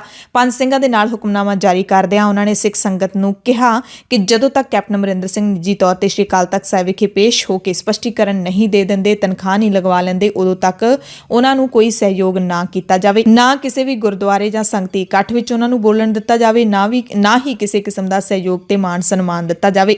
ਯਾਨੀ ਕਿ ਇੱਕ ਤਰੀਕੇ ਦਾ ਬਾਈਕਾਟ ਹੁੰਦਾ ਹੈ। ਜਦੋਂ ਵੀ ਸ਼੍ਰੀ ਅਕਾਲ ਤਖਤ ਸਾਹਿਬ ਤੋਂ ਕਿਸੇ ਨੂੰ ਤਨਖਾਹੀਆ ਕਰਾਰ ਦਿੱਤਾ ਜਾਂਦਾ ਹੈ। ਹਾਲਾਂਕਿ ਪੰਥ 'ਚੋਂ ਛੇਕਣ ਦਾ ਜਿਹੜਾ ਮਸਲਾ ਹੁੰਦਾ ਹੈ ਉਹ ਜ਼ਿਆਦਾ ਗੰਭੀਰ ਹੁੰਦਾ ਹੈ, ਪਰ ਜਿਹੜਾ ਤਨਖਾਹ ਲੱਗੇ ਵਾਲਾ ਵਿਅਕਤੀ ਹੁੰਦਾ ਹੈ ਉਹ ਸ਼੍ਰੀ ਅਕਾਲ ਤਖਤ ਸਾਹਿਬ ਵਿਖੇ ਆਪਣੀ ਤਨਖਾਹ ਲਗਵਾ ਕੇ ਉਸ ਨੂੰ ਪੂਰੀ ਕਰਵਾ ਕੇ ਸੁਰਖਰੂ ਹੋ ਸਕਦਾ ਹੈ। ਭਾਈ ਧਿਆਨ ਸਿੰਘ ਮਾਨ ਨੇ ਕਿਹਾ ਕਿ ਬੇਅਦਬੀ ਮਾਮਲੇ ਵਿੱਚ ਇਨਸਾਫ ਲੈਣ ਵਾਸਤੇ ਬਰਗਾੜੀ ਵਿਖੇ ਲਾਏ ਗਏ ਮੋਰਚੇ ਨੂੰ ਪੰਜਾਬ ਸਰਕਾਰ ਨੇ ਝੂਠਾ ਭਰੋਸਾ ਦੇ ਕੇ ਚੁਕਵਾਇਆ ਸੀ। ਉਹਨਾਂ ਕਿਹਾ ਕਿ ਪੰਜ ਸਿੰਘਾਂ ਨਾਲ ਵਿਚਾਰ ਵਟਾਂਦਰੇ ਤੋਂ ਬਾਅਦ ਅਸੀਂ ਇਸ ਫੈਸਲੇ ਤੇ ਪਹੁੰਚੇ ਹਾਂ ਕਿ ਤਤਕਾਲੀ ਮੁੱਖ ਮੰਤਰੀ ਕੈਪਟਨ ਨੇ ਕਿਸੇ ਸਾਜ਼ਿਸ਼ ਦੇ ਤਹਿਤ ਮੋਰਚੇ ਨੂੰ ਖਤਮ ਕਰਵਾਇਆ ਸੀ, ਕਿਉਂਕਿ ਇਸ ਬਾਰੇ ਸਰਕਾਰ ਦੇ 2 ਮੰਤਰੀ ਸੁਖਜਿੰਦਰ ਸਿੰਘ ਰੰਧਾਵਾ ਤੇ ਤ੍ਰਿਪਤ ਰਜਿੰਦਰ ਸਿੰਘ ਬਾਜਵਾ ਤੇ 3 ਵਿਧਾਇਕ ਹਰਮਿੰਦਰ ਸਿੰਘ ਗਿੱਲ, ਕੁਸ਼ਲਦੀਪ ਸਿੰਘ ਢਿੱਲੋਂ ਤੇ ਕੁਲਬੀਰ ਸਿੰਘ ਜ਼ੀਰਾ ਉਹਨਾਂ ਦੇ ਕੋਲੋਂ ਸਪਸ਼ਟੀਕਰਨ ਮੰਗਿਆ ਗਿਆ ਸੀ, ਕਿਉਂਕਿ ਇਹੀ ਸਰਕਾਰ ਦੇ ਏਲਚੀ ਬਣ ਕੇ ਬਰਗਾੜੀ ਮੋਰਚੇ ਪਹੁੰਚੇ ਸੀ। ਸਟੇਜ ਤੋਂ ਮੰਗਾਂ ਮੰਨਣ ਦਾ ਜਿਹੜਾ ਭਰੋਸਾ ਉਹ ਦਿਵਾਇਆ ਸੀਗਾ। ਤਾਂ ਜਦੋਂ ਇਹਨਾਂ ਨੇ ਸਪਸ਼ਟੀਕਰਨ ਦਿੱਤਾ, ਇਹਨਾਂ ਨੇ ਵੀ ਕਹਿੰਦੇ ਕੈਪਟਨ ਅਮਰਿੰਦਰ ਸਿੰਘ ਨੂੰ ਜ਼ਿੰਮੇਦਾਰ ਦੱਸਿਆ। ਸੋ 3-4 ਵਾਰੀ ਕੈਪਟਨ ਅਮਰਿੰਦਰ ਸਿੰਘ ਨੂੰ ਪੇਸ਼ ਹੋ ਕੇ ਸਪਸ਼ਟੀਕਰਨ ਦੇਣ ਦਾ ਮੌਕਾ ਵੀ ਦਿੱਤਾ, ਪਰ ਉਹ ਇੱਕ ਵਾਰ ਵੀ ਪੇਸ਼ ਨਹੀਂ ਹੋਏ, ਸਗੋਂ ਚਿੱਠੀ ਭੇਜ ਕੇ ਤੱਥਾਂ ਨੂੰ ਹੋਰ ਰੂਪ ਦੇ ਕੇ ਸ਼੍ਰੀ ਅਕਾਲ ਤਖਤ ਸਾਹਿਬ ਤੇ ਪੰਥ ਨੂੰ ਗੁੰਮਰਾਹ ਕਰਨ ਦਾ ਯਤਨ ਕਰਦੇ ਰਹੇ। ਮੰਡ ਨੇ ਦੱਸਿਆ ਕਿ ਅਸੀਂ 5 ਦਸੰਬਰ ਨੂੰ ਕੈਪਟਨ ਨੂੰ ਆਖਰੀ ਮੌਕਾ ਦਿੱਤਾ ਸੀ, ਪਰ ਉਹ ਪੇਸ਼ ਨਹੀਂ ਹੋਇਆ।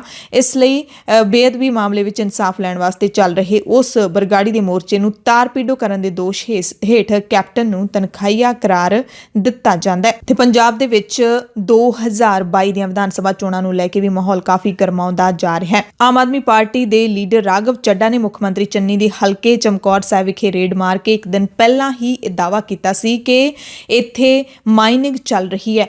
ਚੰਨੀ ਦੀ ਨੱਕ ਹੇਠ ਰੇਤ ਮਾਫੀਆ ਜਿਹੜਾ ਉਹ ਲਗਾਤਾਰ ਸਰਗਰਮ ਹੈ। ਉਸ ਤੋਂ ਬਾਅਦ ਪੰਜਾਬ ਦੇ ਮੁੱਖ ਮੰਤਰੀ ਚੰਨੀ ਵੀ ਐਕਸ਼ਨ ਮੋਡ ਵਿੱਚ ਆ ਗਏ। ਸੀਐਮ ਚੰਨੀ ਨੇ ਰੂਪਨਗਰ ਨਾਲ ਲੱਗਦੇ ਸਤਲੁਜ ਦਰਿਆ ਦੇ ਨਾਲ ਮਾਈਨਿੰਗ ਸਾਈਟ ਤੇ ਅਚਾਨਕ ਐਤਵਾਰ ਨੂੰ ਛਾਪਾ ਮਾਰਿਆ। ਮੌਕੇ ਦੀਆਂ ਤਸਵੀਰਾਂ ਤੁਸੀਂ ਦੇਖ ਸਕਦੇ ਹੋ। ਉਧਰ ਪੰਜਾਬ ਕਾਂਗਰਸ ਦੇ ਪ੍ਰਧਾਨ ਨਵਜੋਤ ਸਿੰਘ ਸਿੱਧੂ ਨੇ ਵੀ ਦਿੱਲੀ ਦੇ ਮੁੱਖ ਮੰਤਰੀ ਅਰਵਿੰਦ ਕੇਜਰੀਵਾਲ ਨੂੰ ਚੰਗੀ ਭਾਜੀ ਮੋੜੀ ਹੈ। ਵਾਰੀ ਦਾ ਵੱਟਾ ਲਾਉਂਦੇ ਹੋਏ ਨਵਜੋਤ ਸਿੰਘ ਸਿੱਧੂ ਨਵੀਂ ਦਿੱਲੀ ਪਹੁੰਚ ਗਏ। ਮੁੱਖ ਮੰਤਰੀ ਅਰਵਿੰਦ ਕੇਜਰੀਵਾਲ ਦੀ ਸਿਵਲ ਲਾਈਨਸ ਵਿਚਲੀ ਰਿਹਾਇਸ਼ ਦੇ ਬਾਹਰ ਦਿੱਲੀ ਦੇ ਗੈਸਟ ਟੀਚਰਾਂ ਦੇ ਵੱਲੋਂ ਰੈਗੂਲਰ ਕਰਨ ਦੀ ਮੰਗ ਨੂੰ ਜਿਹੜਾ ਧਰਨਾ ਦਿੱਤਾ ਜਾ ਰਿਹਾ ਹੈ, ਉਹਦੇ ਵਿੱਚ ਜਾ ਕੇ ਸਿੱਧੂ ਸ਼ਾਮਿਲ ਹੋ ਗਏ। ਸਿੱਧੂ ਨੇ ਕੇਜਰੀਵਾਲ ਤੇ ਨਿਸ਼ਾਨੇ ਕਸਦਿਆਂ ਕਿਹਾ ਕਿ ਉਹ ਹੋਰਨਾਂ ਸੂਬਿਆਂ 'ਚ ਗਰੰਟੀਆਂ ਦੇਣ ਦੀ ਥਾਂ ਆਪਣੇ ਸੂਬੇ ਦਿੱਲੀ ਦੇ ਅਧਿਆਪਕਾਂ ਦੀਆਂ ਮੰਗਾਂ ਵੱਲ ਧਿਆਨ ਦੇਣ। ਦਰਅਸਲ ਕੇਜਰੀਵਾਲ ਨੇ ਹੁਣੇ ਜਿਹੇ ਪੰਜਾਬ ਦੇ ਸਾਹਿਬਜ਼ਾਦਾ ਅਜੀਤ ਸਿੰਘ ਨਗਰ ਜ਼ਿਲ੍ਹੇ ਦੇ ਵਿੱਚ ਜਿਹੜੇ ਸਿੱਖਿਆ ਭਵਨ ਦੇ ਬਾਹਰ ਧਰਨੇ ਤੇ ਬੈਠੇ ਅਧਿਆਪਕ ਨੇ, ਉਹਨਾਂ ਦੇ ਧਰਨੇ ਵਿੱਚ ਸ਼ਾਮਿਲ ਹੋਏ ਸੀ ਤੇ ਜਿਹੜੀ ਟਾਵਰ ਤੇ ਚੜੀ ਬੈਠੀ ਬੇਰੁਜ਼ਗਾਰ ਅਧਿਆਪਕਾ ਹੈ ਉਸ ਦੇ ਨਾਲ ਵੀ ਉਹਨਾਂ ਨੇ ਮੁਲਾਕਾਤ ਕੀਤੀ ਸੀ। ਉਸ ਤੋਂ ਬਾਅਦ ਲਗਾਤਾਰ ਦਿੱਲੀ ਅਤੇ ਪੰਜਾਬ ਦੇ ਸਿੱਖਿਆ ਮੰਤਰੀ ਅਤੇ ਪੰਜਾਬ ਤੇ ਦਿੱਲੀ ਦੇ ਮੁੱਖ ਮੰਤਰੀ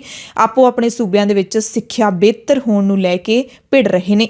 ਸਿੱਧੂ ਨੇ ਕਿਹਾ ਟੀਚਰ ਇੱਥੇ ਨੇ, ਕੇਜਰੀਵਾਲ ਕਿੱਥੇ ਨੇ? ਭੋਲੀ ਸੂਰਤ ਦਿਲ ਦੇ ਖੋਟੇ, ਨਾਮ ਬੜੇ ਔਰ ਦਰਸ਼ਨ ਛੋਟੇ, ਉੱਚੀ ਦੁਕਾਨ ਹੈ ਫੀਕਾ ਪਕਵਾਨ ਹੈ, ਨੌਟੰਕੀ ਬੰਦ ਕਰੋ, ਝੂਠੇ ਵਾਅਦੇ ਬੰਦ ਕਰੋ, ਇਹ ਨਾਰੇ ਵੀ ਲਗਾਤਾਰ ਸਿੱਧੂ ਨੇ ਲਾਏ। ਪੰਜਾਬ ਕਾਂਗਰਸ ਦੇ ਪ੍ਰਧਾਨ ਨਵਜੋਤ ਸਿੰਘ ਸਿੱਧੂ ਨੇ ਭਾਰਤ ਪਾਕਿਸਤਾਨ ਬਾਰਡਰ ਮੁੜ ਤੋਂ ਖੋਲ੍ਹਣ ਦੀ ਵਕਾਲਤ ਵੀ ਕੀਤੀ ਹੈ। ਸਿੱਧੂ ਨੇ ਕਿਹਾ ਕਿ ਪੰਜਾਬ ਨੂੰ ਜ਼ਿਆਦਾ ਨੁਕਸਾਨ ਹੋ ਰਿਹਾ ਹੈ। ਦੋਵਾਂ ਮੁਲਕਾਂ ਦੇ ਬਾਰਡਰ ਬੰਦ ਹੋਣ ਦੇ ਕਾਰਨ ਪੰਜਾਬ ਨੂੰ ਕਰੀਬ 4000 ਕਰੋੜ ਰੁਪਏ ਦਾ ਨੁਕਸਾਨ ਹੋਇਆ ਹੈ। ਸਿੱਧੂ ਨੇ ਕੇਜਰੀਵਾਲ ਤੇ ਨਿਸ਼ਾਨਾ ਲਾਉਂਦਿਆਂ ਹੋਇਆਂ ਇਹ ਵੀ ਕਿਹਾ ਕਿ ਕੇਜਰੀਵਾਲ ਕਹਿ ਰਹੇ ਨੇ ਪੰਜਾਬ 'ਚ ਨਕਲੀ ਕੇਜਰੀਵਾਲ ਘੁੰਮ ਰਿਹਾ ਹੈ, ਪਰ ਮੈਂ ਕਹਿੰਦਾ ਹਾਂ ਕਿ ਪੰਜਾਬ ਦੇ ਵਿੱਚ ਕਈ ਨਕਲੀ ਸਿੱਧੂ ਵੀ ਘੁੰਮ ਰਹੇ ਨੇ। ਕੇਜਰੀਵਾਲ ਪੰਜਾਬ 'ਚ ਆ ਕੇ ਪੰਜਾਬ ਦੀਆਂ ਔਰਤਾਂ ਨੂੰ 1000 ਰੁਪਈਆ ਪੈਨਸ਼ਨ ਦੇਣ ਦੀ ਗੱਲ ਕਰਦਾ ਹੈ। ਸਾਡੀਆਂ ਔਰਤਾਂ ਕੋਈ ਭਿਖਾਰਨਾ ਨਹੀਂ ਹੈਗੀਆਂ। ਜੇਕਰ ਕੋਈ ਆ ਕੇ ਮੇਰੀ ਪਤਨੀ ਨੂੰ 1000 ਰੁਪਈਆ ਦੇਵੇ, ਮੈਂ ਤਾਂ ਇਸ ਨੂੰ ਚੁੱਕ ਕੇ ਬਾਹਰ ਸੁੱਟ ਦਿਆਂ। ਤੇ ਕਾਂਗਰਸ ਤੇ ਆਮ ਆਦਮੀ ਪਾਰਟੀ ਦੀ ਇਸ ਸਿਆਸੀ ਜੰਗ ਦੇ ਵਿੱਚ ਮਨਜਿੰਦਰ ਸਿੰਘ ਸਿਰਸਾ ਜਿਹੜੇ ਤਾਜ਼ੇ ਬੀਜੇਪੀ ਵਾਲੇ ਬਣੇ ਨੇ, ਉਹਨਾਂ ਨੇ ਵੀ ਇਹਦੇ ਵਿੱਚ ਛਾਲ ਮਾਰੀ ਹੈ। ਮਨਜਿੰਦਰ ਸਿੰਘ ਸਿਰਸਾ ਨੇ ਸਿੱਧੂ ਤੇ ਕੇਜਰੀਵਾਲ ਦੋਵਾਂ ਨੂੰ ਢੋਂਗੀ ਦੱਸਿਆ ਹੈ। ਕਹਿੰਦੇ ਦੋਵੇਂ ਆਪੋ ਆਪਣੀ ਰਾਜਨੀਤੀ ਚਮਕਾ ਰਹੇ ਨੇ, ਜਦਕਿ ਅਧਿਆਪਕਾਂ ਦੀ ਮਦਦ ਕਰਨ ਦਾ ਦੋਵਾਂ ਦਾ ਹੀ ਕੋਈ ਇਰਾਦਾ ਨਹੀਂ ਹੈਗਾ, ਸਿਰਫ ਤੇ ਸਿਰਫ ਸਿਆਸਤ ਚਮਕਾ ਰਹੇ ਨੇ। ਤੇ ਨਵਜੋਤ ਸਿੰਘ ਸਿੱਧੂ ਨੇ ਜਿਹੜੀ ਭਾਰਤ ਪਾਕਿਸਤਾਨ ਬਾਰਡਰ ਤੇ ਮੁੜ ਵਪਾਰ ਸ਼ੁਰੂ ਕਰਨ ਦੀ ਮੰਗ ਕੀਤੀ ਹੈ, ਉਸ ਦਾ ਕਾਂਗਰਸ ਦੇ ਹੀ ਅਨੰਦਪੁਰ ਸਾਹਿਬ ਤੋਂ MP ਮਨੀਸ਼ ਤਿਵਾੜੀ ਨੇ ਜਵਾਬ ਦਿੱਤਾ ਹੈ। ਉਹਨਾਂ ਨੇ ਪ੍ਰਤੀਕਿਰਿਆ ਦਿੰਦਿਆਂ ਕਿਹਾ ਕਿ ਜੋ ਤੱਕ ਪਾਕਿਸਤਾਨ ਡਰੋਨਾਂ ਰਾਹੀਂ ਭਾਰਤ ਵਿੱਚ ਅੱਤਵਾਦੀਆਂ ਨੂੰ ਭੇਜਣਾ ਤੇ ਸਾਡੇ ਇਲਾਕਿਆਂ ਵਿੱਚ ਨਸ਼ੀਲੇ ਪਦਾਰਥਾਂ ਤੇ ਹਥਿਆਰਾਂ ਨੂੰ ਛੱਡਣਾ ਬੰਦ ਨਹੀਂ ਕਰਦਾ, ਉਦੋਂ ਤੱਕ ਪਾਕਿਸਤਾਨ ਨਾਲ ਵਪਾਰ ਨੂੰ ਲੈ ਕੇ ਕੋਈ ਵੀ ਗੱਲਬਾਤ ਕਰਨੀ ਬੇਕਾਰ ਤੇ ਅਰਥਹੀਣ ਹੈ। ਉਧਰ ਪੰਜਾਬ ਦੀ ਸਿਆਸਤ ਦੇ ਵਿੱਚ ਇੱਕ ਹੋਰ ਧਮਾਕਾ ਉਦੋਂ ਹੋਇਆ ਜਦੋਂ ਪੰਜਾਬ ਤੋਂ ਆਮ ਆਦਮੀ ਪਾਰਟੀ ਦੇ ਪ੍ਰਧਾਨ ਅਤੇ ਲੋਕ ਸਭਾ ਸੰਗਰੂਰ ਤੋਂ ਮੈਂਬਰ ਭਗਵੰਤ ਮਾਨ ਨੇ ਪ੍ਰੈਸ ਕਾਨਫਰੰਸ ਕਰਕੇ ਦਾਅਵਾ ਕੀਤਾ ਕਿ ਮੈਨੂੰ ਬੀਜੇਪੀ ਨੇ ਖਰੀਦਣ ਦੀ ਜਿਹੜੀ ਹੈਗੀ ਹੈ ਉਹ ਕੋਸ਼ਿਸ਼ ਕੀਤੀ, ਪਰ ਮੈਨੂੰ ਕੋਈ ਪੈਸੇ ਨਾਲ ਖਰੀਦ ਨਹੀਂ ਸਕਦਾ ਕਿਉਂਕਿ ਮੈਂ ਮਿਸ਼ਨ ਉੱਤੇ ਹਾਂ, ਕਮਿਸ਼ਨ ਉੱਤੇ ਨਹੀਂ ਹਾਂ। ਪੈਸਿਆਂ ਤੇ ਕੈਬਨਿਟ ਰੈਂਕ ਦੀ ਪੇਸ਼ਕਸ਼ ਕਰਨ ਦਾ ਦੋਸ਼ ਲਾਇਆ ਭਗਵੰਤ ਮਾਨ ਨੇ। ਕਿਹਾ ਕਿ 4 ਦਿਨ ਪਹਿਲਾਂ ਮੈਨੂੰ ਬੀਜੇਪੀ ਦੇ ਵੱਡੇ ਲੀਡਰ ਦਾ ਫੋਨ ਆਇਆ ਸੀ ਤੇ ਮੈਨੂੰ ਬੀਜੇਪੀ 'ਚ ਆਉਣ ਦੀ ਪੇਸ਼ਕਸ਼ ਹੈ ਜਿਹੜੀ ਉਹ ਕੀਤੀ ਗਈ। ਆਮ ਆਦਮੀ ਪਾਰਟੀ ਦੇ ਕਿਸੇ ਵੀ ਵਰਕਰ ਨੂੰ ਖਰੀਦਣ ਦੀ ਕੋਸ਼ਿਸ਼ ਨਾ ਕਰਿਓ ਬੀਜੇਪੀ ਵਾਲਿਓ, ਕਿਉਂਕਿ ਭਗਵੰਤ ਮਾਨ ਜਦੋਂ ਮਾਰਕੀਟ ਵਿੱਚ ਹੀ ਨਹੀਂ ਹੈ ਤਾਂ ਉਹਦਾ ਮੁੱਲ ਕੀ ਪਾਉਂਗੇ। ਮੈਨੂੰ ਪੈਸਿਆਂ ਦਾ ਕੋਈ ਲਾਲਚ ਨਹੀਂ ਹੈ, ਨਾ ਹੀ ਮੈਨੂੰ ਕੋਈ ਖਰੀਦ ਸਕਦਾ।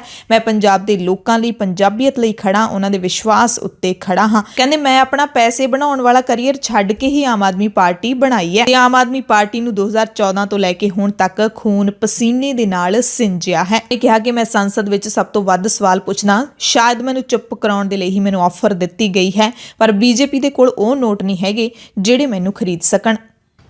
ਬੀਜੇਪੀ ਦੇ ਇੱਕ ਬਹੁਤ ਵੱਡੇ ਨੇਤਾ ਦਾ ਫੋਨ ਆਇਆ, ਬਹੁਤ ਵੱਡੇ ਨੇਤਾ ਦਾ। ਉਹਨੇ ਮੈਨੂੰ ਕਿਹਾ ਕਿ ਮਾਨ ਸਾਹਿਬ ਤੁਸੀਂ ਦੱਸੋ ਬੀਜੇਪੀ 'ਚ ਆਉਣ ਦਾ ਕੀ ਲਾਓਗੇ, ਕੀ ਰਕਮ ਚਾਹੀਦੀ ਹੈ ਉਹ ਦੱਸ ਦਿਓ, ਜਾਂ ਫਿਰ ਕਿਉਂਕਿ ਤੁਸੀਂ ਐਮਪੀ ਹੋ ਔਰ ਤੁਸੀਂ ਇਕਲੌਤੇ ਐਮਪੀ ਹੋ, ਇਸ ਕਰਕੇ ਤੁਹਾਡੇ ਤੇ ਐਂਟੀ ਡਿਫੈਕਸ਼ਨ ਲਾਅ ਲਾਗੂ ਨਹੀਂ ਹੁੰਦਾ। ਜੇ ਤੁਸੀਂ ਬੀਜੇਪੀ 'ਚ ਆ ਜਾਓ ਅਸੀਂ ਤੁਹਾਨੂੰ ਕੈਬਨਿਟ ਮੰਤਰੀ ਬਣਾ ਦਾਂਗੇ, ਤੇ ਇਹ ਦੱਸ ਦਿਓ ਕਿਹੜਾ ਮਹਿਕਮਾ ਚਾਹੀਦਾ ਕੈਬਨਿਟ 'ਚ, ਪੋਰਟਫੋਲੀਓ ਕਿਹੜਾ ਚਾਹੀਦਾ ਸਾਨੂੰ ਦੱਸੋ। ਮੈਂ ਉਹਨਾਂ ਨੂੰ ਕਿਹਾ ਕਿ ਜੀ ਮੈਂ ਮਿਸ਼ਨ ਤੇ ਹਾਂ, ਮੈਂ ਕਮਿਸ਼ਨ ਤੇ ਨਹੀਂ ਹੈਗਾ। ਮਿਸ਼ਨ ਤੇ ਕਮਿਸ਼ਨ 'ਚ ਕੱਕੇ ਦਾ ਹੀ ਫਰਕ ਹੁੰਦਾ। ਮੈਂ ਕਿਹਾ ਉਹ ਹੋਰ ਹੋਣਗੇ ਜਿਨ੍ਹਾਂ ਨੂੰ ਤੁਸੀਂ ਖਰੀਦ ਲੈਂਦੇ ਹੋ, ਉਹ ਨੋਟ ਹਜੇ ਬਣੇ ਨਹੀਂ ਜਿਹੜੇ ਭਗਵੰਤ ਮਾਨ ਨੂੰ ਖਰੀਦ ਸਕਣ। ਮੈਂ ਆਪਣਾ ਕੈਰੀਅਰ ਪੀਕ ਤੇ ਜਦੋਂ ਸੀਗਾ, ਪੈਸੇ ਕਮਾਉਣ ਵਾਲਾ ਕੈਰੀਅਰ ਛੱਡ ਕੇ ਪੰਜਾਬ ਦੇ ਹੱਕ 'ਚ ਆਇਆ ਮੈਂ, ਔਰ ਪਾਰਟੀ ਜਿਹੜੀ ਹੈ ਉਹ ਮੈਂ ਆਪ ਬਣਾਈ ਹੈ, ਖੂਨ ਪਸੀਨੇ ਦੇ ਨਾਲ ਸਿੰਜੀ ਆਮ ਆਦਮੀ ਪਾਰਟੀ 2014 ਤੋਂ ਲੈ ਕੇ ਹੁਣ ਤੱਕ, ਤੇ ਲੋਕ ਮੇਰੇ ਤੇ ਵਿਸ਼ਵਾਸ ਕਰਦੇ ਆ ਕਿ ਹਾਂ ਇਹ ਜਿੱਥੇ ਖੜਾ ਹੈ। ਭਗਵੰਤ ਮਾਨ ਨੇ ਸੀਐਮ ਚਰਨਜੀਤ ਸਿੰਘ ਚੰਨੀ ਤੇ ਵੀ ਨਿਸ਼ਾਨਾ ਕੱਸਿਆ। ਕਹਿੰਦੇ 72 ਦਿਨਾਂ ਦਾ ਰਿਪੋਰਟ ਕਾਰਡ ਦੇਣ ਨਾਲ ਕੰਮ ਨਹੀਂ ਚੱਲਣਾ। ਪੰਜਾਬ ਦੇ ਲੋਕ ਪੌਣੇ 5 ਸਾਲਾਂ ਦਾ ਹਿਸਾਬ ਮੰਗਣਗੇ। ਪੰਜਾਬ ਦਾ ਇਹਨਾਂ ਨੇ ਜੋ ਵਿਗਾੜਨਾ ਸੀ ਉਹ ਵਿਗਾੜ ਦਿੱਤਾ। ਹੁਣ ਕੱਲੇ ਐਲਾਨਾਂ ਨਾਲ ਕੁਝ ਨਹੀਂ ਬਣਨਾ, ਐਲਾਨਾਂ ਤੇ ਅਮਲ ਕਰਨਾ ਪਵੇਗਾ, ਪਰ ਹੁਣ ਉਹਨਾਂ ਸਮਾਂ ਨਹੀਂ ਹੈ। ਸੋ ਭਗਵੰਤ ਮਾਨ ਨੇ ਇਲਜ਼ਾਮ ਲਾਇਆ ਤੇ ਬੀਜੇਪੀ ਵਾਲੇ ਜਵਾਬ ਨਾ ਦੇਣ, ਇਹ ਤਾਂ ਹੋ ਨਹੀਂ ਸਕਦਾ। ਬੀਜੇਪੀ ਲੀਡਰ ਅਨਿਲ ਸਰੀਨ ਨੇ ਕਿਹਾ ਕਿ ਮੈਨੂੰ ਇਸ ਗੱਲ ਦਾ ਬਹੁਤ ਹਾਸਾ ਆਇਆ ਕਿ ਕੀ ਸੱਚੀ ਭਗਵੰਤ ਮਾਨ ਨੂੰ ਬੀਜੇਪੀ ਵਾਲਿਆਂ ਨੇ ਫੋਨ ਕੀਤਾ ਸੀ। ਅਸੀਂ ਸਾਰੇ ਇਹਨਾਂ ਦੀਆਂ ਨੂੰ ਜਾਣਦੇ ਆ। ਭਗਵੰਤ ਮਾਨ ਨੂੰ ਆਪ ਦੇ ਵਿੱਚ ਤਾਂ ਕੋਈ ਪੁੱਛਦਾ ਨਹੀਂ ਹੈਗਾ। ਮੁੱਖ ਮੰਤਰੀ ਬਣਨਾ ਚਾਹੁੰਦੇ ਨੇ ਪਰ ਕੋਈ ਮੂੰਹ ਨਹੀਂ ਲਾ ਰਿਹਾ, ਤੇ ਹੁਣ ਬੀਜੇਪੀ ਤੇ ਜੋ ਇਲਜ਼ਾਮ ਲਾਇਆ ਗਿਆ ਉਹ ਮਨਘੜਤ ਹੈ ਤੇ ਨਿਰਆਧਾਰ ਹੈ, ਕਿਉਂਕਿ ਭਗਵੰਤ ਮਾਨ ਕੇਜਰੀਵਾਲ ਮੂਹਰੇ ਆਪਣੀ ਬੁੱਕਤ ਵਧਾਉਣ ਦੇ ਲਈ ਇਹ ਇਲਜ਼ਾਮ ਲਾ ਰਹੇ ਨੇ। ਤੇ ਨਵੇਂ ਬੀਜੇਪੀਅਨ ਬਣੇ ਮਨਜਿੰਦਰ ਸਿੰਘ ਸਿਰਸਾ ਨੇ ਵੀ ਆਪਣੀ ਪ੍ਰਤੀਕਿਰਿਆ ਦਿੱਤੀ ਹੈ। ਕਹਿੰਦੇ ਭਗਵੰਤ ਮਾਨ ਨੇ ਮੁੱਖ ਮੰਤਰੀ ਦਾ ਚਿਹਰਾ ਬਣਨ ਲਈ ਸਾਰਾ ਕੁਝ ਕਰਕੇ ਵੇਖ ਲਿਆ ਹੈ ਕਿ ਉਹਨੂੰ ਮੁੱਖ ਮੰਤਰੀ ਦਾ ਚਿਹਰਾ ਐਲਾਨਿਆ ਜਾਵੇ। ਉਸਨੇ ਲੋਕਾਂ ਤੋਂ ਨਾਅਰੇ ਵੀ ਮਰਵਾ ਲਏ, ਪਰ ਕੇਜਰੀਵਾਲ ਉਹਦੀ ਸੁਣਦਾ ਨਹੀਂ ਹੈਗਾ। ਇਸ ਕਰਕੇ ਉਹਨੇ ਆਖਰੀ ਪੱਤਾ ਖੇਡਿਆ। ਗੱਲ ਪੰਜਾਬ ਦੀ ਸਿਆਸਤ ਦੀ ਚੱਲ ਰਹੀ ਹੈ ਤਾਂ ਸ਼੍ਰੋਮਣੀ ਅਕਾਲੀ ਦਲ ਦੀ ਗੱਲ ਵੀ ਕਰਨੀ ਪਵੇਗੀ। ਸ਼੍ਰੋਮਣੀ ਅਕਾਲੀ ਦਲ ਦੇ ਲੀਡਰ ਡਾਕਟਰ ਦਲਜੀਤ ਸਿੰਘ ਚੀਮਾ ਨੇ ਚੰਨੀ ਸਰਕਾਰ ਤੇ ਹਮਲਾ ਕੀਤਾ ਹੈ। ਉਹਨਾਂ ਨੇ ਚੰਨੀ ਰੰਧਾਵਾ ਤੇ ਸਿੱਧੂ ਖਿਲਾਫ ਸਾਜ਼ਿਸ਼ਾਂ ਦੇ ਦੋਸ਼ ਲਾਏ ਨੇ। ਚੀਮਾ ਨੇ ਕਿਹਾ ਕਿ ਪਹਿਲੀ ਸਾਜ਼ਿਸ਼ ਗ੍ਰਹਿ ਮੰਤਰੀ ਸੁਖੀ ਰੰਧਾਵਾ ਤੇ ਮੁੱਖ ਮੰਤਰੀ ਚਰਨਜੀਤ ਸਿੰਘ ਚੰਨੀ ਨੇ ਸੁਖਬੀਰ ਬਾਦਲ ਖਿਲਾਫ ਰਚੀ ਸੀ, ਜਿਸ ਖਿਲਾਫ ਅਸੀਂ ਰਾਜਪਾਲ ਨੂੰ ਚਿੱਠੀ ਵੀ ਲਿਖੀ ਸੀ। ਦਲਜੀਤ ਸਿੰਘ ਚੀਮਾ ਨੇ ਦੋਸ਼ ਲਾਇਆ ਕਿ ਜਿਹੜੀ ਕਾਂਗਰਸ ਦੀ ਸਰਕਾਰ ਹੈ, ਜਿਹਦੇ ਮੁੱਖ ਮੰਤਰੀ ਚੰਨੀ ਨੇ, ਪ੍ਰਧਾਨ ਸਿੱਧੂ ਨੇ ਅਤੇ ਗ੍ਰਹਿ ਮੰਤਰੀ ਰੰਧਾਵਾ ਨੇ, ਇਹ ਸਾਡੇ ਲੀਡਰਾਂ ਨੂੰ ਜੇਲ੍ਹਾਂ ਦੇ ਵਿੱਚ ਦੇਣਾ ਚਾਹੁੰਦੇ ਨੇ। ਇਹਨਾਂ ਦੀ ਮਨਸ਼ਾ ਹੈ ਕਿ ਸੁਖਬੀਰ ਬਾਦਲ ਜਾਂ ਫਿਰ ਬਿਕਰਮ ਸਿੰਘ ਮਜੀਠੀਆ ਨੂੰ ਜੇਲ੍ਹ ਦੇ ਵਿੱਚ ਸੁੱਟ ਦਿੱਤਾ ਜਾਵੇ। ਇੱਥੋਂ ਤੱਕ ਇਲਜ਼ਾਮ ਲਾਇਆ ਕਿ ਸੂਬਾ ਕਾਂਗਰਸ ਪ੍ਰਧਾਨ ਨਵਜੋਤ ਸਿੰਘ ਸਿੱਧੂ ਨੇ ਤਾਂ ਬਿਕਰਮ ਮਜੀਠੀਆ ਨੂੰ ਅੰਦਰ ਨਾ ਕਰਨ ਤੇ ਮਰਨ ਵਰਤ ਦੀ ਧਮਕੀ ਤੱਕ ਦੇ ਦਿੱਤੀ। ਇਹਨਾਂ ਨੂੰ ਜੁਡੀਸ਼ਰੀ ਦੀ ਕੋਈ ਇੱਜ਼ਤ ਨਹੀਂ ਹੈ। ਅਫਸਰਾਂ ਨੂੰ ਗਲਤ ਕੰਮ ਕਰਕੇ ਧਮਕੀਆਂ ਦਿੰਦੇ ਨੇ ਤੇ ਜੇ ਅਫਸਰ ਗਲਤ ਕੰਮ ਕਰਨ ਤੋਂ ਇਨਕਾਰ ਕਰ ਦੇਣ ਤਾਂ ਉਹਨਾਂ ਦੀਆਂ ਬਦਲੀਆਂ ਕਰ ਦਿੰਦੇ ਨੇ। ਇਸੇ ਕਰਕੇ ਪੰਜਾਬ ਦੇ ਵਿੱਚ ਆਏ ਦਿਨ ਤਬਾਦਲੇ ਹੋ ਰਹੇ ਨੇ। ਚੀਮਾ ਨੇ ਕਿਹਾ ਕਿ ਤੀਜੀ ਸਾਜ਼ਿਸ਼ ਤਹਿਤ ਤਾਂ ਚੰਡੀਗੜ੍ਹ ਤੋਂ ਹੈਲੀਕਾਪਟਰ ਭਰ ਕੇ ਦਿੱਲੀ ਗਿਆ ਸੀ, ਜਿਹਦੇ ਵਿੱਚ ਡਿਪਟੀ ਸੀਐਮ ਰੰਧਾਵਾ, ਐਮਐਲਏ ਜ਼ੀਰਾ ਤੇ ਹੋਰ ਅਧਿਕਾਰੀ ਦਿੱਲੀ ਗਏ। ਉਹਨਾਂ ਨੇ ਕਿਹਾ ਕਿ ਇਹ ਬਸ ਸਿਰਫ ਤੇ ਸਿਰਫ ਇਹ ਚਾਹੁੰਦੇ ਨੇ ਕਿ ਸੁਖਬੀਰ ਬਾਦਲ ਤੇ ਮਜੀਠੀਆ ਜੇਲ੍ਹਾਂ ਦੇ ਵਿੱਚ ਬਿਠਾ ਦਈਏ। ਅਗਲੀ ਜਿਹੜੀ ਕਨਸਪੀਰੇਸੀ ਪਾਰਟ 3, ਕਿਉਂਕਿ 2 ਤਾਂ ਅਸੀਂ ਪਹਿਲਾਂ ਕੀਤੀਆਂ ਸੀ। ਜਦ ਜਹਾਜ਼ ਭਰ ਕੇ ਤੇ ਸਾਜ਼ਿਸ਼ ਰਚਣ ਵਾਸਤੇ ਦਿੱਲੀ ਗਿਆ। ਕੱਲ ਦੁਪਹਿਰ ਨੂੰ ਇੱਕ ਹੈਲੀਕਾਪਟਰ ਸਾਡੇ ਚੰਡੀਗੜ੍ਹ ਤੋਂ ਉੱਡ ਕੇ ਸਾਡੇ ਡਿਪਟੀ ਸੀਐਮ ਸਾਹਿਬ ਰੰਧਾਵਾ ਸਾਹਿਬ, ਉਹਨਾਂ ਦੇ ਨਾਲ ਜਿਹੜਾ ਕਾਂਗਰਸ ਦਾ ਇੱਕ ਨੌਜਵਾਨ ਐਮਐਲਏ ਜੀਰਾ ਸਾਹਿਬ, ਨਾਲ ਉਹਨਾਂ ਦੇ ਡੀਜੀਪੀ ਸਾਹਿਬ, ਨਾਲ ਉਹਨਾਂ ਦੇ ਸਰਦਾਰ ਹਰਪ੍ਰੀਤ ਸਿੰਘ ਸਿੱਧੂ ਸਾਹਿਬ, ਨਾਲ ਐਸਕੇ ਅਸਤਾਨਾ ਸਾਹਿਬ, ਇਹ ਫਿਰ ਕੱਲ ਦਿੱਲੀ ਮੀਟਿੰਗ ਕਰਕੇ ਆਏ। ਔਰ ਚੰਨੀ ਸਾਹਿਬ ਆਲ ਇੰਡੀਆ ਕਾਂਗਰਸ ਕਮੇਟੀ ਦੀ ਕਮਾਂਡ ਲੈ ਕੇ, ਡਾਇਰੈਕਸ਼ਨ ਲੈ ਕੇ ਉੱਥੇ T4 에ਅਰਪੋਰਟ ਤੇ ਲੌਂਜ ਦੇ ਵਿੱਚ ਉਹਨਾਂ ਦੀ ਵੇਟ ਕਰ ਰਹੇ ਸੀ। ਉੱਥੇ ਕੱਲ ਫਿਰ ਮੀਟਿੰਗ ਹੋਈ ਆ ਭਈ ਕਾਂਗਰਸ ਤਾਂ ਬਚਦੀ ਆ ਜੇ ਬਿਕਰਮ ਸਿੰਘ ਮਜੀਠੀਆ ਦੇ ਉੱਤੇ 164 ਦਾ ਕੋਈ ਬਿਆਨ ਕਰਾ ਕੇ ਕੁਛ ਕਰਾ ਦਿਓ। ਕਿਸੇ ਤਰੀਕੇ ਸਰਦਾਰ ਬਿਕਰਮ ਸਿੰਘ ਮਜੀਠੀਆ ਨੂੰ ਭਾਵੇਂ ਇੱਕ ਦਿਨ ਵਾਸਤੇ ਫੜ ਕੇ ਅੰਦਰ ਦੇ ਦਿਓ ਤੇ ਜਿਵੇਂ ਮਰਜ਼ੀ ਆ ਉਹਦਾ ਕੇਸ ਦੇ ਵਿੱਚ ਨਾ ਪਾ ਦਿਓ। ਮੈਂ ਸਮਝਦਾ ਕਿ ਇਹ ਜਿਹੜੀ ਹਵਸ ਹੈ ਕਾਂਗਰਸ ਪਾਰਟੀ ਦੀ। ਪੰਜਾਬ ਦੇ ਸਿੱਖਿਆ ਮੰਤਰੀ ਤੇ ਖੇਡ ਮੰਤਰੀ ਪ੍ਰਗਟ ਸਿੰਘ ਦੇ ਘਰ ਨੂੰ ਰੋਜ਼ਾਨਾ ਬੇਰੁਜ਼ਗਾਰਾਂ ਦਾ ਘੇਰਾ ਪੈ ਰਿਹਾ ਹੈ। ਜਲੰਧਰ ਦੇ ਵਿੱਚ 180 ETT ਅਧਿਆਪਕਾਂ ਨੇ ਆਪਣੀ ਮੰਗ ਨੂੰ ਲੈ ਕੇ ਸਿੱਖਿਆ ਮੰਤਰੀ ਪ੍ਰਗਟ ਸਿੰਘ ਦੀ ਜਲੰਧਰ ਵਿਚਲੀ ਕੋਠੀ ਦੇ ਮੂਹਰੇ ਲਗਾਤਾਰ ਰੋਸ ਮੁਜ਼ਾਹਰਾ ਕੀਤਾ। ਮੰਗਾਂ ਨਾ ਮੰਨਣ ਦੀ ਸੂਰਤ ਦੇ ਵਿੱਚ ਮੰਗਲਵਾਰ ਤੋਂ ਪੱਕੇ ਮੋਰਚੇ ਦਾ ਐਲਾਨ ਕਰ ਦਿੱਤਾ। ਇੱਕ ਦਿਨ ਪਹਿਲਾਂ ਵੀ ਤੜਕੇ 6 ਵਜੇ ਸ਼ਨੀਵਾਰ ਨੂੰ ਇਹਨਾਂ ਅਧਿਆਪਕਾਂ ਨੇ ਪ੍ਰਗਟ ਸਿੰਘ ਦੀ ਕੋਠੀ ਨੂੰ ਘੇਰਾ ਪਾਇਆ ਸੀ ਤਾਂ ਸਿੱਖਿਆ ਮੰਤਰੀ ਨੇ ਬਾਹਰ ਆ ਕੇ ਵਾਅਦਾ ਕੀਤਾ ਸੀ ਕਿ ਅਸੀਂ ਜਲਦੀ ਤੁਹਾਡੇ ਨਾਲ ਬੈਠਕ ਕਰਾਂਗੇ। ਬੁਲੇਟਿਨ ਦੇ ਵਿੱਚ ਹੁਣ ਇੱਕ ਉਹ ਖਬਰ ਤੁਹਾਨੂੰ ਦੱਸ ਦਿੰਦੇ ਹਾਂ ਜਿਸ ਨੂੰ ਸੁਣ ਕੇ ਸ਼ਾਇਦ ਕਈਆਂ ਨੂੰ ਸਬਕ ਮਿਲੂਗਾ। ਹਰਿਆਣਾ ਦੇ ਸੋਨੀਪਤ ਦੇ ਵਿੱਚ ਆਪਣੀ ਦਾਦੀ ਨੂੰ ਬੇਸਹਾਰਾ ਛੱਡਣ ਵਾਲੇ ਪੋਤੇ ਨੂੰ ਪੰਜਾਬ ਹਰਿਆਣਾ ਹਾਈ ਕੋਰਟ ਨੇ ਝਟਕਾ ਦਿੱਤਾ ਹੈ। ਹਾਈ ਕੋਰਟ ਨੇ ਪੋਤੇ ਨੂੰ ਦਾਦੀ ਤੋਂ ਮਿਲਿਆ ਪਲਾਟ ਵਾਪਸ ਕਰਨ ਦੇ ਹੁਕਮ ਦਿੱਤੇ ਨੇ। ਹਾਈ ਕੋਰਟ ਨੇ ਪਲਾਟ ਤੇ ਕੀਤੀ ਉਸਾਰੀ ਲਈ 25 ਲੱਖ ਦੀ ਰਕਮ ਦੀ ਦਲੀਲ ਨੂੰ ਰੱਦ ਕਰ ਦਿੱਤਾ ਹੈ। ਅਦਾਲਤ ਨੇ ਕਿਹਾ ਕਿ ਪਟੀਸ਼ਨਕਰਤਾ ਨੇ ਜ਼ੋਖਮ ਲੈ ਕੇ ਇਸ ਦਾ ਨਿਰਮਾਣ ਕੀਤਾ ਸੀ। ਹਾਈ ਕੋਰਟ ਨੇ ਪਟੀਸ਼ਨਰ ਦੀਆਂ ਦਲੀਲਾਂ ਸੁਣਨ ਤੋਂ ਬਾਅਦ ਕਿਹਾ ਕਿ ਪਟੀਸ਼ਨਕਰਤਾ ਵੱਲੋਂ ਪੇਸ਼ ਕੀਤੇ ਗਏ ਸਬੂਤ ਇਹ ਸਾਬਤ ਨਹੀਂ ਕਰਦੇ ਕਿ ਪਟੀਸ਼ਨਰ ਦਾਦੀ ਦਾ ਖਰਚਾ ਚੁੱਕ ਰਿਹਾ ਸੀ। ਦਾਦੀ ਨੇ ਰਜਿਸਟਰੀ ਮੌਕੇ ਸ਼ਰਤ ਰੱਖੀ ਸੀ ਕਿ ਜੇ ਪੋਤਾ ਸੰਭਾਲ ਨਹੀਂ ਕਰਦਾ ਤਾਂ ਜਾਇਦਾਦ ਦੀ ਰਜਿਸਟਰੀ ਰੱਦ ਹੋ ਸਕਦੀ ਹੈ। ਦਰਅਸਲ ਸੋਨੀਪਤ ਦੇ ਰਹਿਣ ਵਾਲੇ ਨਵੀਨ ਨੇ ਹਾਈ ਕੋਰਟ ਦੇ ਵਿੱਚ ਪਟੀਸ਼ਨ ਦਾਇਰ ਕੀਤੀ ਸੀ। ਦੱਸਿਆ ਸੀ ਕਿ ਉਸ ਦੀ ਦਾਦੀ ਰਾਮਰਤੀ ਨੂੰ ਗ੍ਰਾਮ ਪੰਚਾਇਤ ਰਾਏ ਤੋਂ 100 ਗਜ਼ ਦਾ ਪਲਾਟ ਅਲਾਟ ਕੀਤਾ ਗਿਆ ਸੀ ਤੇ 7 ਦਸੰਬਰ 2016 ਨੂੰ ਉਸ ਦੀ ਦਾਦੀ ਨੇ ਪਲਾਟ ਉਸ ਦੇ ਨਾਂ ਤੇ ਤਬਦੀਲ ਕਰ ਦਿੱਤਾ ਸੀ। ਪਰ ਹੁਣ ਪਤਾ ਲੱਗਿਆ ਕਿ ਉਹ ਆਪਣੀ ਦਾਦੀ ਦੀ ਦੇਖਭਾਲ ਨਹੀਂ ਕਰ ਰਿਹਾ ਸੀ। ਪਲਾਟ ਲੈ ਲਿਆ ਸੀ, ਉਸ ਤੇ ਉਸਾਰੀ ਵੀ ਕਰ ਲਈ ਸੀ, ਆਪ ਆਰਾਮ ਨਾਲ ਰਹਿ ਰਿਹਾ ਸੀ ਪਰ ਦਾਦੀ ਪ੍ਰਤੀ ਆਪਣੀ ਜ਼ਿੰਮੇਵਾਰੀ ਨਹੀਂ ਨਿਭਾ ਰਿਹਾ ਸੀ। ਨਾਗਾਲੈਂਡ ਦੇ ਵਿੱਚ ਵੱਡੀ ਘਟਨਾ ਵਾਪਰੀ ਹੈ ਜਿੱਥੇ ਸੁਰੱਖਿਆ ਬਲਾਂ ਦੀ ਗੋਲੀਬਾਰੀ ਦੇ ਵਿੱਚ 13 ਨਾਗਰਿਕਾਂ ਦੀ ਹੀ ਮੌਤ ਹੋ ਗਈ ਹੈ। ਬਹੁਤ ਹੀ ਵੱਡੀ ਘਟਨਾ ਇਸ ਨੂੰ ਮੰਨਿਆ ਜਾ ਸਕਦਾ ਹੈ ਕਿਉਂਕਿ 13 ਆਮ ਨਾਗਰਿਕ ਨੇ ਜਿਹੜੇ ਉਹ ਮਾਰ ਦਿੱਤੇ ਗਏ ਨੇ ਗੋਲੀਬਾਰੀ ਦੇ ਵਿੱਚ। ਨਾਗਾਲੈਂਡ ਦੇ ਮੋਨ ਜ਼ਿਲ੍ਹੇ ਦੇ ਵਿੱਚ ਸੁਰੱਖਿਆ ਬਲਾਂ ਨੇ ਗੋਲੀਬਾਰੀ ਕੀਤੀ ਤੇ 13 ਜਣੇ ਮਾਰੇ ਗਏ। ਪੁਲਿਸ ਘਟਨਾ ਦੀ ਜਾਂਚ ਕਰ ਰਹੀ ਹੈ ਤਾਂ ਕਿ ਪਤਾ ਲੱਗ ਸਕੇ ਕਿ ਕੀ ਇਹ ਕਿਤੇ ਗਲਤ ਪਛਾਣ ਦਾ ਮਾਮਲਾ ਤਾਂ ਨਹੀਂ। ਥਲ ਸੈਨਾ ਨੇ ਇਸ ਪੂਰੇ ਮਾਮਲੇ ਦੀ ਕੋਰਟ ਆਫ ਇਨਕੁਆਇਰੀ ਦੇ ਹੁਕਮ ਕਰਦਿਆਂ ਕਿਹਾ ਕਿ ਜੋ ਕੁਝ ਹੋਇਆ ਬਹੁਤ ਅਫਸੋਸਜਨਕ ਹੈ। ਫੌਜ ਨੇ ਦੱਸਿਆ ਕਿ ਗੋਲੀਬਾਰੀ ਦੀ ਇਸ ਘਟਨਾ ਦੌਰਾਨ ਇੱਕ ਫੌਜੀ ਵੀ ਮਾਰਿਆ ਗਿਆ ਹੈ ਤੇ ਕਈ ਫੌਜੀ ਜ਼ਖਮੀ ਹੋ ਗਏ ਨੇ। ਇੱਕ ਪੁਲਿਸ ਅਧਿਕਾਰੀ ਨੇ ਦੱਸਿਆ ਕਿ ਮ੍ਰਿਤਕਾਂ ਦੀ ਅਸਲ ਗਿਣਤੀ ਬਾਰੇ ਹਾਲੇ ਪਤਾ ਨਹੀਂ ਲੱਗ ਸਕਿਆ। 13 ਜਣੇ ਤਾਂ ਕਨਫਰਮ ਨੇ, ਉਸ ਤੋਂ ਵੱਧ ਵੀ ਗਿਣਤੀ ਹੋ ਸਕਦੀ ਹੈ। 13 ਜਣਿਆਂ ਦੀ ਤਾਂ ਮੌਕੇ ਤੇ ਹੀ ਮੌਤ ਹੋ ਗਈ। ਗੰਭੀਰ ਜ਼ਖਮੀਆਂ ਦੇ ਵਿੱਚੋਂ ਕੁਝ ਨੇ ਗੁਆਂਢੀ ਸੂਬੇ ਅਸਾਮ ਦੇ ਹਸਪਤਾਲਾਂ ਦੇ ਵਿੱਚ ਜਾ ਕੇ ਦਮ ਤੋੜਿਆ। ਮੁੱਖ ਮੰਤਰੀ ਨੈਫਿਓ ਰੀਓ ਨੇ ਇਸ ਘਟਨਾ ਦੀ ਉੱਚ ਪੱਧਰੀ ਜਾਂਚ ਕਰਵਾਉਣ ਦਾ ਵਾਅਦਾ ਕੀਤਾ ਹੈ। ਉਹਨਾਂ ਸਾਰੇ ਵਰਗਾਂ ਨੂੰ ਸ਼ਾਂਤੀ ਬਣਾ ਕੇ ਰੱਖਣ ਦੀ ਅਪੀਲ ਵੀ ਕੀਤੀ ਹੈ। ਫੌਜ ਵੱਲੋਂ ਜਿਹੜਾ ਬਿਆਨ ਜਾਰੀ ਕੀਤਾ ਗਿਆ ਹੈ, ਉਹਨਾਂ ਨੇ ਕਿਹਾ ਡਿਫੈਂਸ ਵਿੰਗ ਕੋਹਿਮਾ ਨੇ ਪ੍ਰੈਸ ਰਿਲੀਜ਼ ਜਾਰੀ ਜਿਹੜੀ ਕੀਤੀ ਹੈ ਉਹਦੇ ਵਿੱਚ ਲਿਖਿਆ ਹੈ ਕਿ ਅੱਤਵਾਦੀਆਂ ਦੀ ਸੰਭਾਵਿਤ ਗਤੀਵਿਧੀ ਬਾਰੇ ਭਰੋਸੇਯੋਗ ਖੁਫੀਆ ਜਾਣਕਾਰੀ ਸਾਨੂੰ ਮਿਲੀ ਸੀ। ਉਸੇ ਆਧਾਰ ਤੇ ਅਸੀਂ ਨਾਗਾਲੈਂਡ ਦੇ ਮੋਨ ਜ਼ਿਲ੍ਹੇ ਦੇ ਤਿਰੂ ਇਲਾਕੇ ਦੇ ਵਿੱਚ ਆਪਰੇਸ਼ਨ ਕਰਨ ਦੀ ਯੋਜਨਾ ਬਣਾਈ ਸੀ। ਜੋ ਘਟਨਾ ਵਾਪਰੀ ਉਸ ਬਾਰੇ ਸਾਨੂੰ ਬੇਹੱਦ ਅਫਸੋਸ ਹੈ। ਆਮ ਲੋਕਾਂ ਦੀ ਮੰਦਭਾਗੀ ਮੌਤ ਦੇ ਕਾਰਨਾਂ ਦੀ ਉੱਚ ਪੱਧਰੀ ਜਾਂਚ ਕਰ ਰਹੇ ਹਾਂ। ਕਾਨੂੰਨ ਮੁਤਾਬਿਕ ਬਣਦੀ ਕਾਰਵਾਈ ਅਸੀਂ ਕਰਾਂਗੇ। ਦੇਸ਼ ਦੇ ਗ੍ਰਹਿ ਮੰਤਰੀ ਅਮਿਤ ਸ਼ਾਹ ਨੇ ਕਿਹਾ ਕਿ ਨਾਗਾਲੈਂਡ ਦੇ ਵਿੱਚ ਸੁਰੱਖਿਆ ਆਪਰੇਸ਼ਨ ਦੌਰਾਨ ਆਮ ਲੋਕਾਂ ਦੀ ਜਾਨ ਜਾਣ ਦਾ ਮੈਨੂੰ ਬਹੁਤ ਵੱਡਾ ਦੁੱਖ ਹੈ। ਸ਼ਾਹ ਨੇ ਟਵੀਟ ਕਰਕੇ ਕਿਹਾ ਕਿ ਮੈਂ ਜਾਨਾਂ ਗਵਾਉਣ ਵਾਲਿਆਂ ਦੇ ਪਰਿਵਾਰਾਂ ਨਾਲ ਡੂੰਘੀ ਹਮਦਰਦੀ ਜ਼ਾਹਿਰ ਕਰਦਾ। ਪੀੜਤ ਪਰਿਵਾਰਾਂ ਨੂੰ ਇਨਸਾਫ ਦਿਵਾਉਣ ਦੇ ਲਈ ਸੂਬਾ ਸਰਕਾਰ ਵੱਲੋਂ ਗਠਿਤ ਉੱਚ ਪੱਧਰੀ ਵਿਸ਼ੇਸ਼ ਜਾਂਚ ਟੀਮ ਇਸ ਪੂਰੇ ਮਾਮਲੇ ਦੀ ਤਫਸੀਲ ਦੇ ਵਿੱਚ ਘੋਖ ਕਰੇਗੀ। ਦੇਸ਼ ਦੇ ਸੁਰੱਖਿਆ ਬਲਾਂ ਦੇ ਵੱਲੋਂ ਜਾਂ ਕਹਿ ਸਕਦੇ ਹਾਂ ਕਿ ਫੌਜੀਆਂ ਦੇ ਵੱਲੋਂ ਲੋਕਾਂ ਨੂੰ ਹੀ ਗੋਲੀਆਂ ਦੇ ਨਾਲ ਮਾਰ ਦੇਣ ਦੀ ਇਸ ਘਟਨਾ ਦੇ ਉੱਤੇ ਵਿਰੋਧੀ ਧਿਰਾਂ ਨੇ ਜਿਹੜੀਆਂ ਉਹ ਵੀ ਤਾਬੜਤੋੜ ਹਮਲੇ ਕਰ ਰਹੀਆਂ ਨੇ। ਰਾਹੁਲ ਗਾਂਧੀ ਨੇ ਕਿਹਾ ਕਿ ਸਰਕਾਰ ਨੂੰ ਜਵਾਬ ਦੇਣਾ ਚਾਹੀਦਾ ਹੈ। ਜਦੋਂ ਸਾਡੀ ਆਪਣੀ ਹੀ ਧਰਤੀ ਉੱਤੇ ਨਾ ਆਮ ਲੋਕ ਨਾ ਹੀ ਸੁਰੱਖਿਆ ਬਲ ਸੁਰੱਖਿਅਤ ਨੇ ਤਾਂ ਫਿਰ ਅਜਿਹੀ ਸਥਿਤੀ ਵਿੱਚ ਗ੍ਰਹਿ ਮੰਤਰੀ ਅਮਿਤ ਸ਼ਾਹ ਕਰ ਕੀ ਰਹੇ ਨੇ। ਰਾਹੁਲ ਗਾਂਧੀ ਨੇ ਲਖਨਊ ਦੇ ਵਿੱਚ ਰੁਜ਼ਗਾਰ ਮੰਗਦੇ ਪ੍ਰਦਰਸ਼ਨਕਾਰੀਆਂ ਉੱਤੇ ਪੁਲਿਸ ਵੱਲੋਂ ਕੀਤੇ ਲਾਠੀ ਚਾਰਜ ਦੀ ਵੀ ਨਿਖੇਧੀ ਕੀਤੀ ਸੀ। ਸਾਂਸਦ ਅਸਾਉਦੀਨ ਓਵੈਸੀ ਨੇ ਤਾਂ ਇਸ ਘਟਨਾ ਤੇ ਗ੍ਰਹਿ ਮੰਤਰੀ ਦਾ ਅਸਤੀਫਾ ਮੰਗਿਆ ਹੈ। ਓਵੈਸੀ ਨੇ ਟਵੀਟ ਕੀਤਾ ਕਿ ਨਾਗਾਲੈਂਡ ਦੇ ਵਿੱਚ ਆਪਣੀ ਜਾਨ ਗਵਾਉਣ ਵਾਲਿਆਂ ਦੇ ਪਰਿਵਾਰਾਂ ਦੇ ਨਾਲ ਮੇਰੀ ਸੰਵੇਦਨਾ ਹੈ। ਅਮਿਤ ਸ਼ਾਹ ਸ਼ਾਹ ਨੂੰ ਆਪਣਾ ਅਹੁਦਾ ਛੱਡ ਦੇਣਾ ਚਾਹੀਦਾ ਹੈ। ਅੱਤਵਾਦੀਆਂ ਦੇ ਨਾਲ ਉਹਨਾਂ ਦੇ ਸਮਝੌਤੇ ਦੀ ਗੱਲ ਬਿਲਕੁਲ ਧੋਖਾ ਸੀਗੀ। ਨਵੰਬਰ ਦੇ ਵਿੱਚ ਮਣੀਪੁਰ ਵਿੱਚ 7 ਅਫਸਰਾਂ ਨੂੰ ਵੀ ਇਹਨਾਂ ਨੇ ਮਾਰ ਦਿੱਤਾ ਸੀ। ਉੱਤਰ ਪੂਰਬ ਦੇ ਵਿੱਚ ਸ਼ਾਂਤੀ ਨਹੀਂ ਹੈ, ਸਿਰਫ ਹਿੰਸਾ ਹੈ।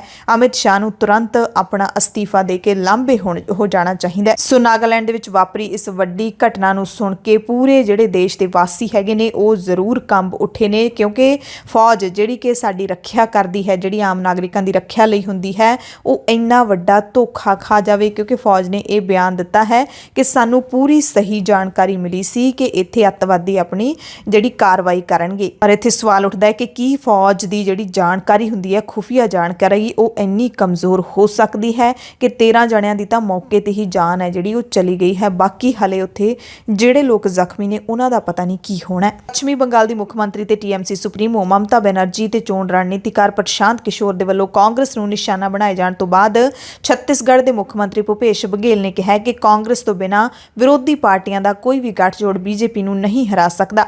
ਬਘੇਲ ਨੇ PTI ਨੂੰ ਇੰਟਰਵਿਊ ਦਿੱਤਾ ਕਿਹਾ ਕਿ ਮਮਤਾ ਬੈਨਰਜੀ ਨੂੰ ਸਪਸ਼ਟ ਕਰਨਾ ਚਾਹੀਦਾ ਹੈ ਕਿ ਕੀ ਉਹ ਸੱਤਾ ਵਿੱਚ ਬੈਠੇ ਲੋਕਾਂ ਨਾਲ ਲੜ ਕੇ ਜਾਂ ਫਿਰ ਵਿਰੋਧੀ ਪਾਰਟੀਆਂ ਨਾਲ ਆਡਾ ਲਾ ਕੇ TMC ਨੂੰ ਮੁੱਖ ਵਿਰੋਧੀ ਪਾਰਟੀ ਬਣਾਉਣਾ ਚਾਹੁੰਦੀ ਹੈ। ਬਘੇਲ ਨੇ ਕਿਹਾ ਕਿ 2024 ਦੀਆਂ ਚੋਣਾਂ ਦੇ ਵਿੱਚ BJP ਨੂੰ ਸ਼ਿਕਸਤ ਦੇਣ ਦੇ ਲਈ ਵਿਰੋਧੀ ਪਾਰਟੀਆਂ ਦਾ ਚਿਹਰਾ ਕੌਣ ਹੋਵੇਗਾ, ਇਸ ਦਾ ਫੈਸਲਾ UPA ਮਿਲ ਕੇ ਕਰੇਗਾ, ਯਾਨੀ ਕਿ ਸਾਂਝਾ ਪ੍ਰਗਤੀਸ਼ੀਲ ਗੱਠਜੋੜ ਮਿਲ ਕੇ ਕਰੇਗਾ। ਉਧਰ ਜੰਮੂ ਕਸ਼ਮੀਰ ਤੋਂ ਨੈਸ਼ਨਲ ਕਾਨਫਰੰਸ ਦੇ ਪ੍ਰਧਾਨ ਫਾਰੂਕ ਅਬਦੁੱਲਾ ਨੇ ਕਿਹਾ ਕਿ ਜੇਕਰ ਜੰਮੂ ਤੇ ਕਸ਼ਮੀਰ ਦੇ ਵਿਸ਼ੇਸ਼ ਰੁਤਬੇ ਨੂੰ ਬਹਾਲ ਕਰਵਾਉਣਾ ਹੈ ਤਾਂ ਇੱਥੋਂ ਦੀ ਆਵਾਮ ਨੂੰ ਵੀ 3 ਖੇਤੀ ਕਾਨੂੰਨਾਂ ਖਿਲਾਫ ਪ੍ਰਦਰਸ਼ਨ ਕਰਨ ਵਾਲੇ ਕਿਸਾਨਾਂ ਵਾਂਗੂ ਕੁਰਬਾਨੀ ਦੇਣੀ ਪੈ ਸਕਦੀ ਹੈ। ਅਬਦੁੱਲਾ ਇੱਥੇ ਨਸੀਮਬਾਗ ਵਿੱਚ ਪਾਰਟੀ ਦੇ ਬਾਨੀ ਸ਼ੇਖ ਮੁਹੰਮਦ ਅਬਦੁੱਲਾ ਦੀ 111ਵੀਂ ਜਨਮ ਵਰ੍ਹੇਗੰਢ ਮੌਕੇ ਪਾਰਟੀ ਦੀ ਯੂਥ ਵਿੰਗ ਦੀ ਕਨਵੈਨਸ਼ਨ ਨੂੰ ਸੰਬੋਧਨ ਕਰ ਰਹੇ ਸੀ। ਅਬਦੁੱਲਾ ਨੇ ਕਿਹਾ ਕਿ ਪਾਰਟੀ ਕਿਸੇ ਤਰ੍ਹਾਂ ਦੀ ਹਿੰਸਾ ਦੀ ਹਮਾਇਤ ਨਹੀਂ ਕਰਦੀ।